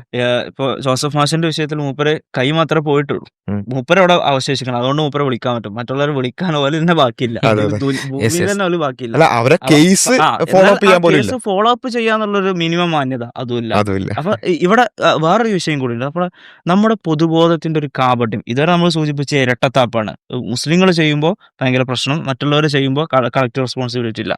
എന്നാൽ അതേസമയം ഒരു കാപട്യം കൂടി ഉണ്ട്. നമ്മൾ സാധാരണ ഭയങ്കര ആത്മവിശ്വാസത്തോടു കൂടി വലിയ കോൺഫിഡൻസോടുകൂടി നമ്മൾ പറയുന്ന സംഗതിയാണ് നമ്മുടെ നീതിന്യായ വ്യവസ്ഥയെക്കുറിച്ച്. അതിൻ്റെ ഒരു മഹത്വമായിട്ട് നമ്മൾ പറയാറുള്ള ഒരു മുദ്രാവാക്യമുണ്ട്: 1000 കുറ്റവാളികൾ രക്ഷപ്പെട്ടാലും ഒരു നിരപരാധി ശിക്ഷിക്കപ്പെടരുത്. പക്ഷെ ഒരു മുസ്ലിം സമുദായത്തിൽ ഒരംഗം ചെയ്താൽ ഒരു പൊതുബോധം എങ്ങനെയാണ്? ആ പറയുന്നത് പോലെയാണോ ശരിക്കും ചിന്തിക്കണത്? ചിന്തിക്കൽ പോലല്ല, അവർ പറയുന്നതിന് മാറും. മുസ്ലിങ്ങളാണ് ചെയ്തതെന്നുണ്ടെങ്കിൽ. കാരണം അവിടെ 1000 കുറ്റവാളികൾ രക്ഷപ്പെട്ടാലും ഒരു നിരപരാധി ശിക്ഷിക്കപ്പെടരുത് എന്നുള്ള ബാധകമല്ല. ഒരു മുസ്ലിമാണോ അവൻ കുറ്റം ചെയ്യുന്നു എന്ന് സംശയിക്കപ്പെട്ടാൽ തന്നെ അവൻ കുറ്റവാളിയാണ്. Yes. ആ ഒരു കൺസെപ്റ്റിലേക്ക് പോവാണ്. അതെ. ഇവിടെ ഒരു കാപട്യം കൂടി ഇപ്പൊ നമ്മൾ കാണുന്നു. നമുക്ക് സക്കരിയ, നമ്മുടെ തിരൂരിലെ സക്കരിയ എന്ന് പറയുന്ന ഒരു ചെറുപ്പക്കാരനെ Yes. ഒരു സിം കാർഡുമായി ബന്ധപ്പെട്ടുകൊണ്ടുള്ള ഉം. ഒരു വിഷയം, അത് ഈവൻ തെളിയിക്കപ്പെട്ടതോ അല്ല, അതിന്റെ പേരിലാണ് ഇപ്പോഴും നമ്മൾ പറയുന്നത് ഇപ്പോഴും ജയിലിലാണ്. എന്താണ് കുറ്റം എന്ന് തെളിയിക്കപ്പെടാതെ ഇപ്പോഴും ജയിലിലാണ്. അതേപോലെ തന്നെ അനേകം ആ കേസ്, ആ കണക്കുകൾ എടുത്ത് നോക്കിയാൽ നമുക്ക് കാണാൻ പറ്റും, ഈ നിലക്ക് വർഷങ്ങളോളം ജയിലുകൾ കിടക്കുകയും ഏറ്റവും അവസാനം എല്ലാ യൗവനവും എല്ലാ ജീവിതത്തിന്റെ ഏറ്റവും നല്ല കാലഘട്ടങ്ങളെല്ലാം കഴിഞ്ഞ് പുറത്തു വരികയാണ്. എന്നിട്ട് അവർ പറയാണ് നിങ്ങൾ കുറ്റവാളിയല്ല എന്ന് പറയുന്ന കേസുകൾ എത്രത്തോളമാണ്. അപ്പൊ അതിൽ ഈ UAPA പോലെയുള്ള കരിനിയമങ്ങളും ഒക്കെ അതിൽ, അപ്പോൾ അത്രത്തോളം എന്ത് ചെയ്യാണ്, ഈ രൂപത്തിൽ മുസ്ലിങ്ങൾ അത് പിന്നെ ഈ രൂപത്തിൽ നിരപരാധികൾ ശിക്ഷിക്കപ്പെട്ടാൽ പോലും അതൊരു പ്രശ്നവൽക്കരിക്കാൻ പറ്റാത്തൊരവസ്ഥയിലേക്ക് പോലും വരുന്നു എന്നുള്ളത്. ഈ ഒരു ട്രാൻസിന്റെ കാരണം പലപ്പോഴും വളരെ കോൺഷ്യസ് ആയിട്ട് ബിൽഡ് ചെയ്യുന്ന ഇസ്ലാം ഫോബിയാണെന്ന് തോന്നിയിട്ടുണ്ട്. ഇപ്പോൾ നമ്മൾ കുറച്ച് പിന്നിലേക്ക് എടുത്തു നോക്കിയാൽ ഇസ്ലാം ഫോബിയുടെ ചരിത്രമൊക്കെ വായിക്കുന്ന സമയത്ത് ഉണ്ടാകുന്ന കുറേ കണക്ട് ചെയ്യാൻ പറ്റുന്ന ഹിസ്റ്ററികളുണ്ടല്ലോ. അപ്പോൾ അതിൽ ഈ കോളനിവൽക്കരണത്തിന്റെ സമയത്ത് അവരവരുടെ താല്പര്യത്തോടെ ഉണ്ടാക്കിയ ഒരു ഭിന്നിപ്പിക്കലുണ്ട്. ഭിന്നിപ്പിക്കുമ്പോൾ എങ്ങനെ പോയാലും കോളനി അധിനിവേശക്കാർക്ക് മുസ്ലിങ്ങളൊപ്പം കിട്ടൂല. അപ്പൊ മുസ്ലിങ്ങളെ എതിർപക്ഷത്ത് നിർത്താൻ അവർ ശ്രമിക്കോളൂ. അപ്പൊ എതിർപക്ഷത്ത് നിർത്തുന്ന സമയത്ത് സ്വാഭാവികമായിട്ട് അവിടെ വേറെ ഇത് കൂട്ടരെയാണോ ഒപ്പം കൂട്ടാൻ പറ്റുന്നത്, അവരെ കൂട്ടും മുസ്ലിങ്ങൾ എതിർപക്ഷത്ത് നിർത്തും. കാരണം മുസ്ലിങ്ങൾ ഒരിക്കലും ഒപ്പം കൂട്ടാൻ പറ്റുമല്ലോ. അപ്പൊ അവിടെ അങ്ങനെ ഉണ്ടാക്കിയ വിഭജനവും മുറിവും ഇസ്ലാം ഫോബിയൊക്കെ ഉണ്ട്. അതിനുശേഷം കുറച്ചും കൂടി ഒരു മീഡിയയും വാർത്തയൊക്കെ വളരെ വിപുലമായ സമയത്തുണ്ടാകുന്ന 9/11 ഇൻസിഡന്റ്, അതിനുശേഷമുള്ള അമേരിക്കയുടെ ഇടപെടലുകൾ, സിനിമകളിലെ ക്യാരക്ടറുകൾ, ആ ക്യാരക്ടേഴ്സിനെ ഇപ്പൊ പോലും നമുക്കറിയാം. ഒരു തീവ്രവാദി, ഒരു 6ാം ക്ലാസ് 7ാം ക്ലാസ് പഠിക്കുന്ന കുട്ടിയെടുത്ത് ഒരു തീവ്രവാദിയുടെ ചിത്രം വരക്കാൻ പറഞ്ഞാൽ ആ കുട്ടി വരക്കുന്ന ചിത്രം എന്നാൽ ഒരു ടിപ്പിക്കൽ ഒരു മുസ്ലിം എന്ന് പറയപ്പെടുന്ന ഒരു വസ്ത്രമാണ്. മീശല്ലാതെ താടി വളർത്തിയ കന്തൂറയിട്ട തലയിൽ കെട്ടിയ ഒരാളെ വസ്ത്രമാണ്. അതെന്തുകൊണ്ടെന്ന് വെച്ചാൽ ആ 9/11 അറ്റാക്കിന് ശേഷം ഉണ്ടായിട്ടുള്ള അമേരിക്കയുടെ ഒരു വലിയൊരു പ്രൊജക്റ്റും സിനിമകളും അത് പിന്നീട് മറ്റു കൾച്ചറുകളിലേക്ക്, മറ്റു സിനിമകളിലേക്കൊക്കെ വന്നതും കാര്യങ്ങളൊക്കെയാണ്. അപ്പൊ അങ്ങനെ ഒരു പ്രൊജക്റ്റ് നമുക്ക് കാണാൻ കഴിയും. അതിന് നമ്മളെ കേരളത്തിലും ഇന്ത്യയിലും ഒക്കെ അതിലേക്ക് ചേർത്ത് വായിക്കാൻ കഴിയുന്ന, അല്ലെങ്കിൽ വളരെ വലിയ രീതിയിൽ അതിനെ സഹായിക്കുന്ന തരത്തിലുള്ള ഒരുപാട് ഇൻസിഡന്റുകൾ കാണാൻ കഴിയുന്നതാണ്. അതിലൊന്നാണ് ഇപ്പോൾ ഒരു 2014 മുമ്പ്, 2000-ന് ശേഷം 14 മുമ്പ് കേട്ടുണ്ടായിട്ടുള്ള ഒരുപാട് സ്ഫോടന കേസുകൾ. ഇന്ത്യയിൽ ഒരുപാട് നഗരങ്ങളിൽ വലിയ വലിയ സ്ഫോടനങ്ങൾ നടക്കുക. എന്നിട്ട് ആ സ്ഫോടനങ്ങളുടെ പേരിൽ ഒരുപാട് മുസ്ലിങ്ങൾ അറസ്റ്റ് ചെയ്യപ്പെടുക. എന്നിട്ട് ഒരുപാട് കാലം എന്ത് ചെയ്യുന്നു, ഒരുപാട് വർഷങ്ങൾ ഈ മുസ്ലിങ്ങളാണ് ഈ സ്ഫോടനം നടത്തുന്നുള്ളത് മില്യൺസ് ഓൺ ആളുകളിലേക്ക് എത്തുന്നു. ഈ ആളുകളൊക്കെ മുസ്ലിങ്ങളെ വെറുക്കുക, ആൻഡ് മുസ്ലിങ്ങളെ ഭീകരന്മാരായിട്ട് കാണുക. എന്നിട്ട് ഇതിന്റെ ഒക്കെ ഗുണങ്ങൾ ചില പ്രത്യേക ആളുകൾ വോട്ടുകളായി നേടുന്നു, ചില പ്രത്യേക ആളുകൾ സമൂഹത്തിൽ നേടുന്നു. അതിനുശേഷം ഒരുപാട് വർഷങ്ങൾ കഴിഞ്ഞ് 10-15 വർഷങ്ങൾക്ക് ശേഷം വിചാരണ നടത്തി അവസാനം വിചാരണക്കർത്താറും ഇത്തരം കേസുകളിൽ 10,000-20,000 പേജുള്ള വലിയ കുറ്റപത്രങ്ങൾ കൊടുക്കും. സ്വാഭാവികമായിട്ട് കോടതി ഇത് വലിയ പ്രൊസീജിയറായിട്ട് കൊണ്ടുപോകും. ഈ ആളുകൾ 15-20 കൊല്ലത്തിന് ശേഷം എന്ത് ചെയ്യുന്നു, കുറ്റവിമുക്തരാക്കപ്പെടുന്നു. ഈ കുറ്റവിമുക്തരായ വിഷയം അറിയുന്ന ആളുകൾ എത്രയായിരിക്കും? മില്യൺസോ കോടികളോ ഇവർ ആണ് കുറ്റവാളികളെന്ന് ധരിച്ചിരുന്ന ആ വിഷയത്തിൽ ഒരു 10,000, 20,000, 1,00,000, 2,00,000 ആളുകൾ എന്ത് ചെയ്യും, ഇത് കുറ്റമുക്തരാക്കപ്പെട്ട വിഷയം അറിയും. കാരണം സെൻസേഷണലായ വാർത്തയല്ല. അല്ല. അപ്പോൾ ഈ ഒരു ഗ്യാപ്പ് ഉണ്ടല്ലോ, ഒരു 10,00,000 20,000 കുറച്ച് 1,00,000 കുറച്ച് ഉണ്ടാകുന്ന ഒരു ഗ്യാപ്പ് ഉണ്ടല്ലോ. ഇത്രയും ആളുകൾ ആ സമയത്ത് പോലും ഇത്രയും ടൈം ഗ്യാപ്പ് ഉണ്ടായി. ടൈം ഗ്യാപ്പിന്റെ ഇടയിൽ ജീവിച്ചു പോയ ആൾക്കാരൊക്കെ എന്ത് ചെയ്യാണ്, ഇത് മുസ്ലിങ്ങളാണെന്ന് വിചാരിക്കുകയാണ്, അവരുടെ പേരിൽ ഈ ഒരു തീവ്രവാദം കൊണ്ടുപോയി വെക്കുകയാണ്. അതങ്ങനെ അല്ലാന്ന് മനസ്സിലാകുന്ന സമയത്ത് പോലും ഇത് ആളുകളിലേക്ക് എന്ത് നിലപാട് എത്തുന്നില്ല. അവിടെ ഒരു വലിയൊരു ഗ്യാപ്പ് വരുന്നു. ഇത്ര ആളുകൾ എന്ത് ചെയ്യാണ്, ഇങ്ങനെ ചില ആളുകൾ കോൺഷ്യസ്ലി ബിൽഡ് ചെയ്യുന്ന ഇസ്ലാം ഫോബിക് ഇവന്റ്സിൽ ഇസ്ലാം ഫോബിയ ഹോൾഡ് ചെയ്യുന്ന ആളുകളായി അല്ലെങ്കിൽ ഇസ്ലാം ഫോബിയ കൊണ്ടുനടക്കുന്ന ആളുകളായിട്ട് മാറുക എന്നുള്ളതാണ്. ഇതിലിപ്പം അതിൽ ഒരുപാട് ഇപ്പൊ ഇടക്ക് വന്നിട്ടുള്ള മുംബൈ സ്ഫോടന കേസുമായിട്ട് ബന്ധപ്പെട്ട് അതിനു മുമ്പ് ഈ സ്ഫോടനം ഒന്നും ആവണമെന്നില്ല, ഈ പറഞ്ഞ കോവിഡുമായി ബന്ധപ്പെട്ട് കോവിഡ് വന്നപ്പോൾ തന്നെ തബ്ലീഗ് കോവിഡ് ഈവൻ മലയാള മാധ്യമങ്ങളിൽ പോലും അത്തരത്തിലുള്ള ഹെഡിങ്ങുകൾ വന്നു എന്നുള്ളതാണ്, തബ്ലീഗ് കോവിഡ്. അപ്പൊ എന്ന് വെച്ചാൽ ഈവൻ സ്ഫോടനം മാത്രമല്ല, സ്ഫോടനത്തിന്റെ പേരിൽ ഇങ്ങനെ വലുതാ എപ്പോഴും കാത്തിരിക്കുകയാണെന്നുള്ള നിലക്കുള്ള ഒരു നറേറ്റീവ് ഉണ്ടാക്കുന്ന ഒരു ഭാഗത്ത്, രണ്ടാമത്തെ ഭാഗത്ത് എല്ലാ നിലക്കും ഇവരൊരു സൊസൈറ്റിക്ക് പറ്റുകയേ ഇല്ല, ഇവർ വൃത്തിയില്ലാത്തവരാണ്, അതുപോലെ തന്നെ ഇവർ തുപ്പുന്നവരാണ്, ഇവർ രോഗം പരത്തുന്നവരാണ്, എല്ലാ നിലക്കും ഒരു സൊസൈറ്റിയിൽ ജീവിക്കാൻ കൊള്ളാത്തവരാണ് ഇവർ എന്ന് വരുത്തി തീർക്കാൻ വേണ്ടിയിട്ട് തബ്ലീഗ് കോവിഡ് എന്ന പേരിലൊരു സാധനം ഉണ്ടാക്കി. അത് ആയിരങ്ങളിലേക്ക്, പതിനായിരക്കണക്കിന് ലക്ഷക്കണക്കിന് ആളുകളിലേക്ക് എത്തി. ഇപ്പതാ കഴിഞ്ഞ ദിവസം വരുന്നു അങ്ങനെ ഒരു സംഭവം ഇല്ല, അത് കോടതി എന്ത് ചെയ്യാണ് അത് പറയാണ്. അതേപോലെ തന്നെയാണ് ഇപ്പൊ ഈവൻ ശ്രീലങ്കയിൽ നടന്നിട്ടുള്ള ഒരു സ്ഫോടനം. ഇപ്പം എനിക്ക് ഓർമ്മയുണ്ട് ആ സമയത്തൊക്കെ നമ്മുടെ യുക്തിവാദികളടക്കം നിരീശ്വരവാദികളടക്കം വലിയ രൂപത്തിലായിരുന്നു ആഘോഷിച്ചിരുന്നത്. ആ ശ്രീലങ്കയിലെത്തി, കേരളത്തിന്റെ തൊട്ടടുത്ത് വരെ എത്തി എന്നൊക്കെ പറഞ്ഞ് ഭയങ്കരമായിരുന്നു.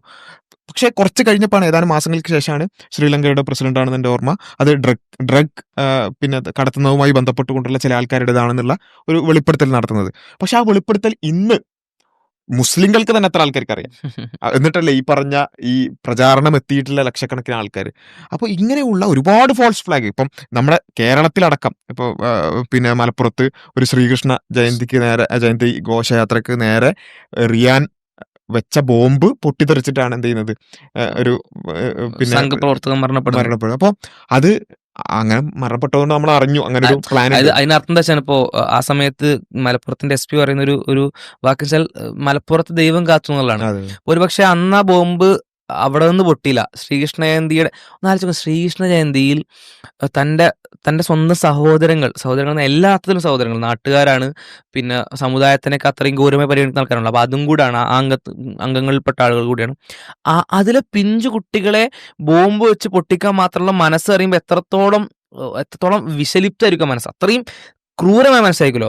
അപ്പൊ എന്തിനു വേണ്ടിയിട്ടാണ് ഒരു മതവിഭജനം, ഒരു മതക്കാർക്കെതിരെ ഒരു വെറുപ്പുണ്ടാക്കാൻ സ്ഥലം വരെ മലപ്പുറം ജില്ല, താനൂരിലായിരുന്നു ജില്ല എന്ന് പറഞ്ഞാൽ എത്രത്തോളം എന്ന് പറഞ്ഞാല് ഈ ഇസ്ലാമോഫോബിയന്റെ ഏറ്റവും പ്രധാനപ്പെട്ട നമ്മൾ ഒരുപാട് ഉദാഹരണങ്ങൾ പറഞ്ഞു, ഒരുപാട് ഫോൾസുകൾ. അതിൽ പെട്ട ഒന്നാണ് മറ്റേ ആനയുടെ വിഷയം. ആ ആനക്ക് പടക്കം ഉള്ള പാലക്കാട് അമ്പലപ്പാറ വെച്ചിരുന്നു. നടന്നത് പാലക്കാടാണ്, പക്ഷെ മലപ്പുറത്ത് വന്നത് എങ്ങനെ മലപ്പുറത്ത് മനേകാഗാന്ധി വരെ മനേകാഗാന്ധി വരെ അത് പറയാൻ തുടങ്ങി. ഈ മലപ്പുറത്ത് അത് സംഭവിച്ചിരുന്നുവെങ്കിൽ കേരളത്തിൽ ഇപ്പോഴുള്ള ഡെമോഗ്രഫിയോ അല്ലെങ്കിൽ ഇപ്പോൾ ഒരു പാറ്റേണേ മാറുമായിരുന്നു. കേരളത്തിലെ ആളുകളുടെ ഒരു മനസ്ഥിതി മാറുമായിരുന്നു, ഭരണത്തിൽ വരുന്ന മുന്നണികളുടെ മാറ്റം എല്ലാം ഷുവർ. ആ സ്ഫോടനം അത് അങ്ങനെ അല്ലായിരുന്നു, അത് അവർ ഉദ്ദേശിച്ച പോലെ നടന്നിരുന്നുവെങ്കിൽ കേരളത്തിലെ ഫുൾ കണ്ടീഷൻ മാറുമായിരുന്നു. ഇങ്ങനെ മാറ്റപ്പെട്ട എത്ര സ്ഥലങ്ങൾ ഇന്ത്യയിൽ വേറെ ഉണ്ടാവാം. ഇത് നടന്നില്ല. അവരുടെ പ്ലാൻ എന്ന് വെച്ചാൽ ശ്രീകൃഷ്ണ ഇന്ത്യയിലെ കുട്ടികൾ ഇത്തരത്തിൽ കൊല്ലപ്പെടണമെന്നും അങ്ങനെ കൊല്ലപ്പെട്ടതിന് ശേഷം മുസ്ലിങ്ങളുടെ പേര് ഇതാക്കണം എന്നുള്ളതും അതിനുശേഷം വർഗീയമായ പ്രചരണം നടത്തണമെന്നും കേരളം മൊത്തം മാറ്റണമെന്നുള്ളതായിരുന്നു. അത് നടന്നില്ല. Okay fine. ഇങ്ങനെ നടന്ന എത്ര സ്ഥലങ്ങളുണ്ടാവും ഇന്ത്യയിൽ? ഇന്ത്യ എന്ന് പറയുമ്പോൾ അത്ര വലിയ രാജ്യമാണ്. അപ്പോൾ ഇന്ത്യയുടെ പല സ്ഥലങ്ങളിൽ സ്ഥലം ഉണ്ടാവും എന്ന് ചോദിക്കുന്നത് സാങ്കല്പികമല്ല, അല്ല, ഓൾറെഡി നമുക്ക് നിയമപരമായി തന്നെ തെളിയിക്കപ്പെട്ട ഒരുപാട് ഫോൾസ് ഫ്ലാഗ്. ജയ്പൂർ സ്ഫോടന കേസ്, സ്ഫോടനം നടന്നു, പ്രതികളെ വെറുതെ വിട്ടു. മുംബൈ സ്ഫോടന കേസ്, സ്ഫോടനം നടന്നു, പ്രതികളെ വെറുതെ വിട്ടു. അക്ഷരധാം സ്ഫോടന കേസ്, സ്ഫോടനം നടന്നു, പ്രതികളെ വെറുതെ വിട്ടു. ഈ സ്ഫോടനങ്ങൾ നടന്നിട്ടുണ്ട്, ഈ സംഭവം നടന്നിട്ടുണ്ട്, പ്രതികളായി മുസ്ലിങ്ങളെ പിടിച്ചിട്ടുണ്ട്, അവരെ പിന്നെ വെറുതെ വിട്ടിട്ടുണ്ട്. പിന്നെ ഈ സ്ഫോടനം നടത്തിയതാരാ? അതെ, പല സ്ഥലങ്ങളിലും ഇത് നടത്തിയ ആളുകളെയും പിടിച്ചിട്ടുണ്ട്. സീമാനന്ദ അടക്കമുള്ള ഒരുപാട് ആളുകളുടെ വെളിപ്പെടുത്തലുകൾ നമുക്കറിയാം. അപ്പം ഇതില് ശരിക്കും ഈ പ്രതികൾ ചില ആളുകൾ MP പോലുമാണ്. അതെ അതെ, നമ്മൾ മലപ്പുറത്തിനെ കുറിച്ച് മാത്രം ആലോചിച്ചാൽ മതി. അത് സംഭവിച്ചു, ഓക്കെ, നമ്മൾ എന്ത് ചെയ്യുക, ആ സമയത്ത് അത് ബോംബ് ഉണ്ടാക്കുമ്പോൾ പൊട്ടിയിലായിരുന്നു, അത് സംഭവിച്ചു എന്ന് വിചാരിക്കുക. ഇത് കേൾക്കുന്ന, ഇത് മുസ്ലിങ്ങളല്ലാത്ത അല്ലെങ്കിൽ കുറച്ച് ഇസ്ലാമോഫോബിയുള്ള ആളുകൾ കേൾക്കുന്നവരുണ്ടാകും. ഇസ്ലാമോഫോബിയ ഉണ്ടെന്ന് സ്വയം മനസ്സിലാവില്ല. പിന്നെ ഇത്തരത്തിലുള്ള യുക്തിവാദി കണ്ടന്റുകളോ അല്ലെങ്കിൽ സംഘീയ കണ്ടന്റുകളൊക്കെ കേൾക്കുന്ന ആരെങ്കിലും ഇത് കേൾക്കുന്നുണ്ട്, ഒന്ന് ആലോചിച്ച് നോക്കാം. ആ സ്ഫോടനം നടന്നിട്ടുണ്ടെങ്കിൽ പിന്നെ നമ്മളൊക്കെ പറയുകയാണെങ്കിൽ ചിലപ്പോൾ ഇത് സംഘപരിവാറിന്റെ പ്ലാൻ ആയിരിക്കാം എന്ന് ഞങ്ങൾ പറയുന്നു എന്ന് വിചാരിക്കാം. നിങ്ങൾ എന്തായിരിക്കും കമന്റ് ഇടുക? ഉളുപ്പുണ്ടോ വെളുപ്പിക്കാൻ എന്നായിരിക്കും ചോദിക്കുക. സ്ഫോടന കേസും വെളുപ്പിക്കാൻ തുടങ്ങിയോ, നടക്കുവോ എന്നിട്ട് ഇപ്പോഴും നമ്മൾ അത് വിശദീകരിക്കേണ്ടി വരും. ഓക്കെ, ചിലപ്പോൾ നമ്മൾ ഒരു പക്ഷെ നമ്മൾ അങ്ങനെ ആയിരിക്കില്ല പറയാ, നമ്മൾ പറയാ ഇസ്ലാമിൽ എന്ത് ചെയ്യാൻ പാടില്ല, നിരപരാധികളെ കൊല്ലാൻ പാടില്ല, ഖുറാനിൽ അങ്ങനെയാണ് പറഞ്ഞിങ്ങനെ നമ്മളത് വിശദീകരിക്കുമായിരുന്നു. പാടില്ല എന്നുള്ള തെളിവ് കൊടുത്ത് ആകെ ഇടങ്ങറാണ്. നമ്മളത് വിശദീകരിക്കുമായിരുന്നു. ഞങ്ങൾ ഇവിടുന്ന് ഖുറാനിലെ ആയത്തുകളൊക്കെ ഉദ്ധരിച്ച് അങ്ങനെ ചെയ്യാൻ പാടില്ല, അത് ചെയ്തത് തെറ്റാണെന്നൊക്കെ പറയും. അപ്പൊ നിങ്ങൾ പറയും കണ്ടോ, താനൂരിൽ വരെ കൊന്നിട്ട് ഇവരിങ്ങനെ ഖുറാനിൽ ഇങ്ങനെ പറയുന്നു, ഇവർക്ക് നാണുണ്ടോ എന്ന് ചോദിച്ചിട്ട് നിങ്ങൾ പിന്നെയും കമന്റ് ചെയ്യുമായിരുന്നു. പക്ഷേ പടച്ചോൻ കാത്തു, പോലീസ് പറഞ്ഞ പോലെ തന്നെ ദൈവം കാത്തു എന്ന് പറഞ്ഞതുപോലെ അവിടെ അത് നടക്കാതെ ഈ രൂപത്തിൽ എന്ത് ചെയ്തു, അത് പാളിപ്പോയി. പക്ഷെ നടന്ന സ്ഥലങ്ങളുണ്ട്. ആ നടന്ന പല സ്ഥലങ്ങളിലെയും ഇൻസിഡൻസ് വെച്ചിട്ടാണ് നിങ്ങളുടെ മനസ്സിൽ നിങ്ങൾ ഇസ്ലാമോഫോബിയ ഇപ്പൊ കൊണ്ടു നടക്കുന്നത്. അവിടെയാണ് പ്രശ്നം. അപ്പോൾ ഇത് ഇങ്ങനെയൊക്കെ ഈ ഫോൾസ് ഫ്ലാഗുകളെ കുറിച്ച് ഞാൻ ചോദിക്കട്ടെ, ഈ ഫോൾസ് ഫ്ലാഗുകളെ കുറിച്ച് നിങ്ങൾ എത്രത്തോളം ഗൗരവത്തിൽ ആലോചിച്ചിട്ടുണ്ട്? പലപ്പോഴും ഗൗരവത്തിൽ ആലോചിക്കില്ല. കാരണം എന്താ വെച്ചാൽ ഇതെല്ലാം കെട്ടടങ്ങി അതിന്റെ എല്ലാ സെൻസേഷൻസും മാറി ഒരു പട്ടിക്കുളത്തിലോ അല്ലെങ്കിൽ ആ രൂപത്തിലാണ് വരിക. അപ്പൊ ആരും അത് മൈൻഡ് ചെയ്യാൻ ഒരു സാഹചര്യം. ഏറ്റവും സിമ്പിളായിട്ട് ഇന്ത്യയിലെ ഏറ്റവും വലിയ ഭീകരാക്രമണമായിട്ട് നമ്മൾ ആചരിക്കാറുള്ള സാധനമാണ് ഫെബ്രുവരി 14 അഥവാ മറ്റേ പുൽവാമ ഭീകരാക്രമണം കാശ്മീരിൽ. വലിയ ന്യൂസായിരുന്നു. പറഞ്ഞാൽ ആ ഒരു NDA സർക്കാർ താഴേക്ക് പോകുമെന്ന് ഭയപ്പെട്ടിരുന്നൊരു ഇലക്ഷനെ മാറ്റി NDA സർക്കാർ അധികാരത്തിൽ വരാൻ മാത്രം കാരണമായ വലിയൊരു ഇൻസിഡന്റ് ആണ് ഈ ഇൻസിഡന്റ്. ഇത് ഇന്ത്യയുടെ പരമോന്നതമായിട്ടുള്ള ഭരണ സംവിധാനങ്ങളിൽ ഇരിക്കുന്ന ആളുകൾക്ക് ഇതിനെപ്പറ്റി ധാരണ ഉണ്ടാവാനുള്ള സാധ്യതയുണ്ട്. ഞാൻ അവരെ ഇതുമായി ബന്ധപ്പെട്ട് അറിയിച്ചതാണ്. അത് അറിയിച്ച സമയത്ത് ഇത്തരം ഗൗരവപരമായ ഒരു ഇൻഫർമേഷൻ കേൾക്കുന്ന രീതിയിലാണ് എനിക്ക് പ്രതികരണം ഉണ്ടായത്. ഇതുമായി ബന്ധപ്പെട്ട് എന്നോട് മൗനമാവാനാണ് പറഞ്ഞത് എന്നതടക്കമുള്ള കാശ്മീർ ഗവർണറിന്റെ സത്യപാൽ മല്ലിക്കിന്റെ പ്രതികരണം വന്നിട്ട് ഇത്രയും വലിയ വിഷയത്തിൽ ഈ ഒരു പ്രശ്നത്തിന്റെ മുനകൾ ഇന്ത്യയിൽ അത്രയും പോപ്പുലറായ വലിയ രാഷ്ട്രീയ നേതാക്കൾക്കെതിരെ വന്നിട്ട് പോലും എത്ര ആളുകൾ ആ വിഷയത്തെ ഏറ്റെടുത്തു, എത്ര ആളുകൾ അത് റൈസ് ചെയ്തു. ഒന്ന് വെച്ചാൽ ഈ വിഷയത്തിൽ ഇങ്ങനെ ഒരു പ്രശ്നത്തെ പറ്റി പുറത്തേക്ക് വന്നു എന്നുള്ളത് വലിയ കാര്യമാണ്. കാരണം ഇസ്ലാം ഫോബി പ്രചരിപ്പിക്കാനടക്കം ഉപയോഗിച്ചിരുന്ന ഒരു ഇൻസിഡന്റ് ആയിരുന്നു പുൽവാമ. അത് ആക്ച്വലി ചെയ്തത് ആരാന്നുള്ളതും ചെയ്യിപ്പിച്ചത് ആരാന്നുള്ളതൊക്കെ ആയിട്ടുള്ള വിഷയം പുറത്തേക്ക് വന്നു. രണ്ട് പറഞ്ഞാൽ അങ്ങനെ ഒരു വിഷയം അത്രയും വലിയ ഫിഗേഴ്സിലേക്ക് ചേർത്ത് വന്നിട്ട് പോലും അതിനെ ഏറ്റെടുക്കാൻ പ്രതിപക്ഷം അടങ്ങുന്ന ആളുകൾക്ക് കഴിയാത്ത വിധം എന്ത് ചെയ്യുന്നു, ഈ വിഷയങ്ങളുടെ ഗൗരവം താഴ്ന്നു എന്നുള്ളതാണ്. ഇസ്ലാം ഫോബിയക്ക് സ്കോപ്പുള്ള വിഷയമാണോ ഭയങ്കരമായി ചർച്ച ചെയ്യപ്പെടുകയും അതതിന് നേരെ വിരുദ്ധമാകുമ്പോൾ ചർച്ച ചെയ്യാൻ അർഹതയില്ലാത്ത വിധം അത് മാറ്റപ്പെടുകയും ചെയ്യുന്നു എന്നുള്ളതാണ്. ഈ ഒരു പ്രവണതയിൽ ഏറ്റവും പ്രധാനപ്പെട്ട നമ്മൾ പ്രത്യേകം എടുത്തു പറയേണ്ട ഉത്തരവാദിത്തപ്പെട്ടവർ ശരിക്കും മാധ്യമങ്ങളും കൂടിയാണ്. ഈ മാധ്യമങ്ങൾ ഈ വിഷയത്തിൽ കാണിക്കുന്ന അനാസ്ഥ, അതായത് ഇങ്ങനെ ഒരു വളരെ ഗുരുതരമായ ഒരു ആരോപണം ഉന്നയിച്ചിട്ട് അതിന് കാര്യമായ ഒരു പ്രസക്തി നൽകാത്ത ഒരു അനാസ്ഥ, അതിൻ്റെ മാത്രം പ്രശ്നമല്ല. ഇപ്പോൾ ഇസ്ലാമോഫോബിയ വളർത്തുന്നതിൽ ഇപ്പോൾ ബാസിൽക്ക് തന്നെ മുമ്പ് ഒരു 24 റിപ്പോർട്ടർ ആയിട്ട് ബന്ധപ്പെട്ടുള്ള ഒരു ചർച്ചയിൽ ഒരു വിഷയമായിട്ട് ചർച്ച ചെയ്യുന്നതിൻ്റെ ഇടയ്ക്ക് മുസ്ലിങ്ങൾക്ക് എന്തെങ്കിലും വിയോജിപ്പുകൾ ഉണ്ടെങ്കിൽ അത് പറയുന്നത് ഒരു ഛിദ്രത ഉണ്ടാക്കില്ലേ എന്ന രൂപത്തിൽ ചോദ്യം വന്നപ്പോൾ അത് തിരിച്ചു ചോദിച്ചു. അപ്പോൾ നമുക്ക് എന്തെങ്കിലും വിയോജിപ്പ് ഉണ്ടെങ്കിൽ നമ്മൾ ഉണ്ടാതിരിക്കണോ? ഉണ്ടാതിരിക്കണം എന്ന് പെട്ടെന്ന് പറഞ്ഞുപോയി. ഇതാണ് ഈ മാധ്യമ പ്രവർത്തനങ്ങൾ ചെയ്തുകൊണ്ടിരിക്കുന്നത്. നമ്മൾ മിണ്ടാതിരിക്കണം. നമുക്ക് എന്തെങ്കിലും പറയാനുണ്ടെങ്കിൽ, വിയോജിപ്പുകൾ പറയാനുണ്ടെങ്കിൽ നമ്മൾ മിണ്ടാതിരുന്നോളാം. സാറേ, ഒരു സ്വാഭാവികമായി എല്ലാവർക്കും ഉള്ള ഒരു അവകാശം പോലും മുസ്ലിമിന് കിട്ടാത്തൊരവസ്ഥ. കാരണം എല്ലാവർക്കും അവരുടേതായ കൺസേൺസ് റേസ് ചെയ്യാൻ പറ്റും. പക്ഷെ മുസ്ലിം കൺസേൺ റേസ് ചെയ്താൽ ആയിക്കോട്ടെ, ആ കൺസേൺ മെറിറ്റ് ഉള്ളതോ ഡിമെറിറ്റ്, പക്ഷെ അതിനപ്പുറത്തേക്ക് നിങ്ങൾ പറഞ്ഞ കൺസേൺ ഇന്നതാണ്, അല്ലെങ്കിൽ അത് ഇപ്പൊ പറ്റൂല, അത് അങ്ങനെയാണ് ഇങ്ങനെയാണ് എന്തോ പറയാം. പക്ഷെ കൺസേൺ പറയുന്നത് നിങ്ങൾ ആരാണ്, അല്ലെങ്കിൽ നിങ്ങൾ കൺസേൺ എന്തിന് റേസ് ചെയ്യുന്നു? നമ്മൾ കൺസേൺ പറഞ്ഞാൽ അത് ചിത്രതയാണ്. അത് പിന്നെ കൺസേണിനെ പറ്റിയിട്ടുള്ള മെറിറ്റുമായിട്ട് ബന്ധപ്പെട്ട ചർച്ച ഒരു പ്രശ്നമല്ല. അത് ആര് പറഞ്ഞാലും അത് ചർച്ച ചെയ്യണം. പക്ഷെ കൺസേൺ പറയാനുള്ള അവകാശം നിങ്ങൾക്കുണ്ടോ, അല്ലെങ്കിൽ നിങ്ങൾ എന്തിനാണ് കൺസേൺ പറയുന്നത് എന്ന അർത്ഥത്തിലേക്ക് എന്ത് ചെയ്യുന്നു മുസ്ലിം പറയുമ്പോൾ ഈ ചോദ്യത്തിന് മാത്രമല്ല, ഇതിൽ എല്ലാ നിലക്കും ഇപ്പോൾ ഈ മുസ്ലിം ഐഡന്റിറ്റിയുമായി ബന്ധപ്പെട്ടുകൊണ്ട് മുസ്ലിങ്ങൾക്ക് എന്തെങ്കിലും ഒരു കാര്യം ശരിയോ തെറ്റോ എന്നുള്ളത് ഇവിടെ ബാക്കിയുള്ളവരൊക്കെ ബോധ്യപ്പെടുത്തണം എന്നൊരു മാനസികാവസ്ഥ, ഇതൊക്കെ ഒരു മീഡിയയുമായി ബന്ധപ്പെട്ടുകൊണ്ട് പ്രത്യേകിച്ച് വരുന്നൊരു കാര്യമാണ്. അതായത് ആയിക്കോട്ടെ, എനിക്ക് ഏതെങ്കിലും ഒരു കാര്യം ചെയ്യാൻ പറ്റൂല, എന്തെങ്കിലും ഒരു കാര്യം വരുന്നു, അതെനിക്ക് ചെയ്യാൻ പറ്റൂല. ഇപ്പം ബാക്കിയുള്ള സമുദായങ്ങൾക്കോ അല്ലെങ്കിൽ ബാക്കിയുള്ള വിശ്വാസികൾക്കൊക്കെ എന്താ, അതെനിക്ക് ചെയ്യാൻ പറ്റില്ല, മതപരമായി എനിക്കത് പറ്റൂല, ഖലാസ് കഴിഞ്ഞു.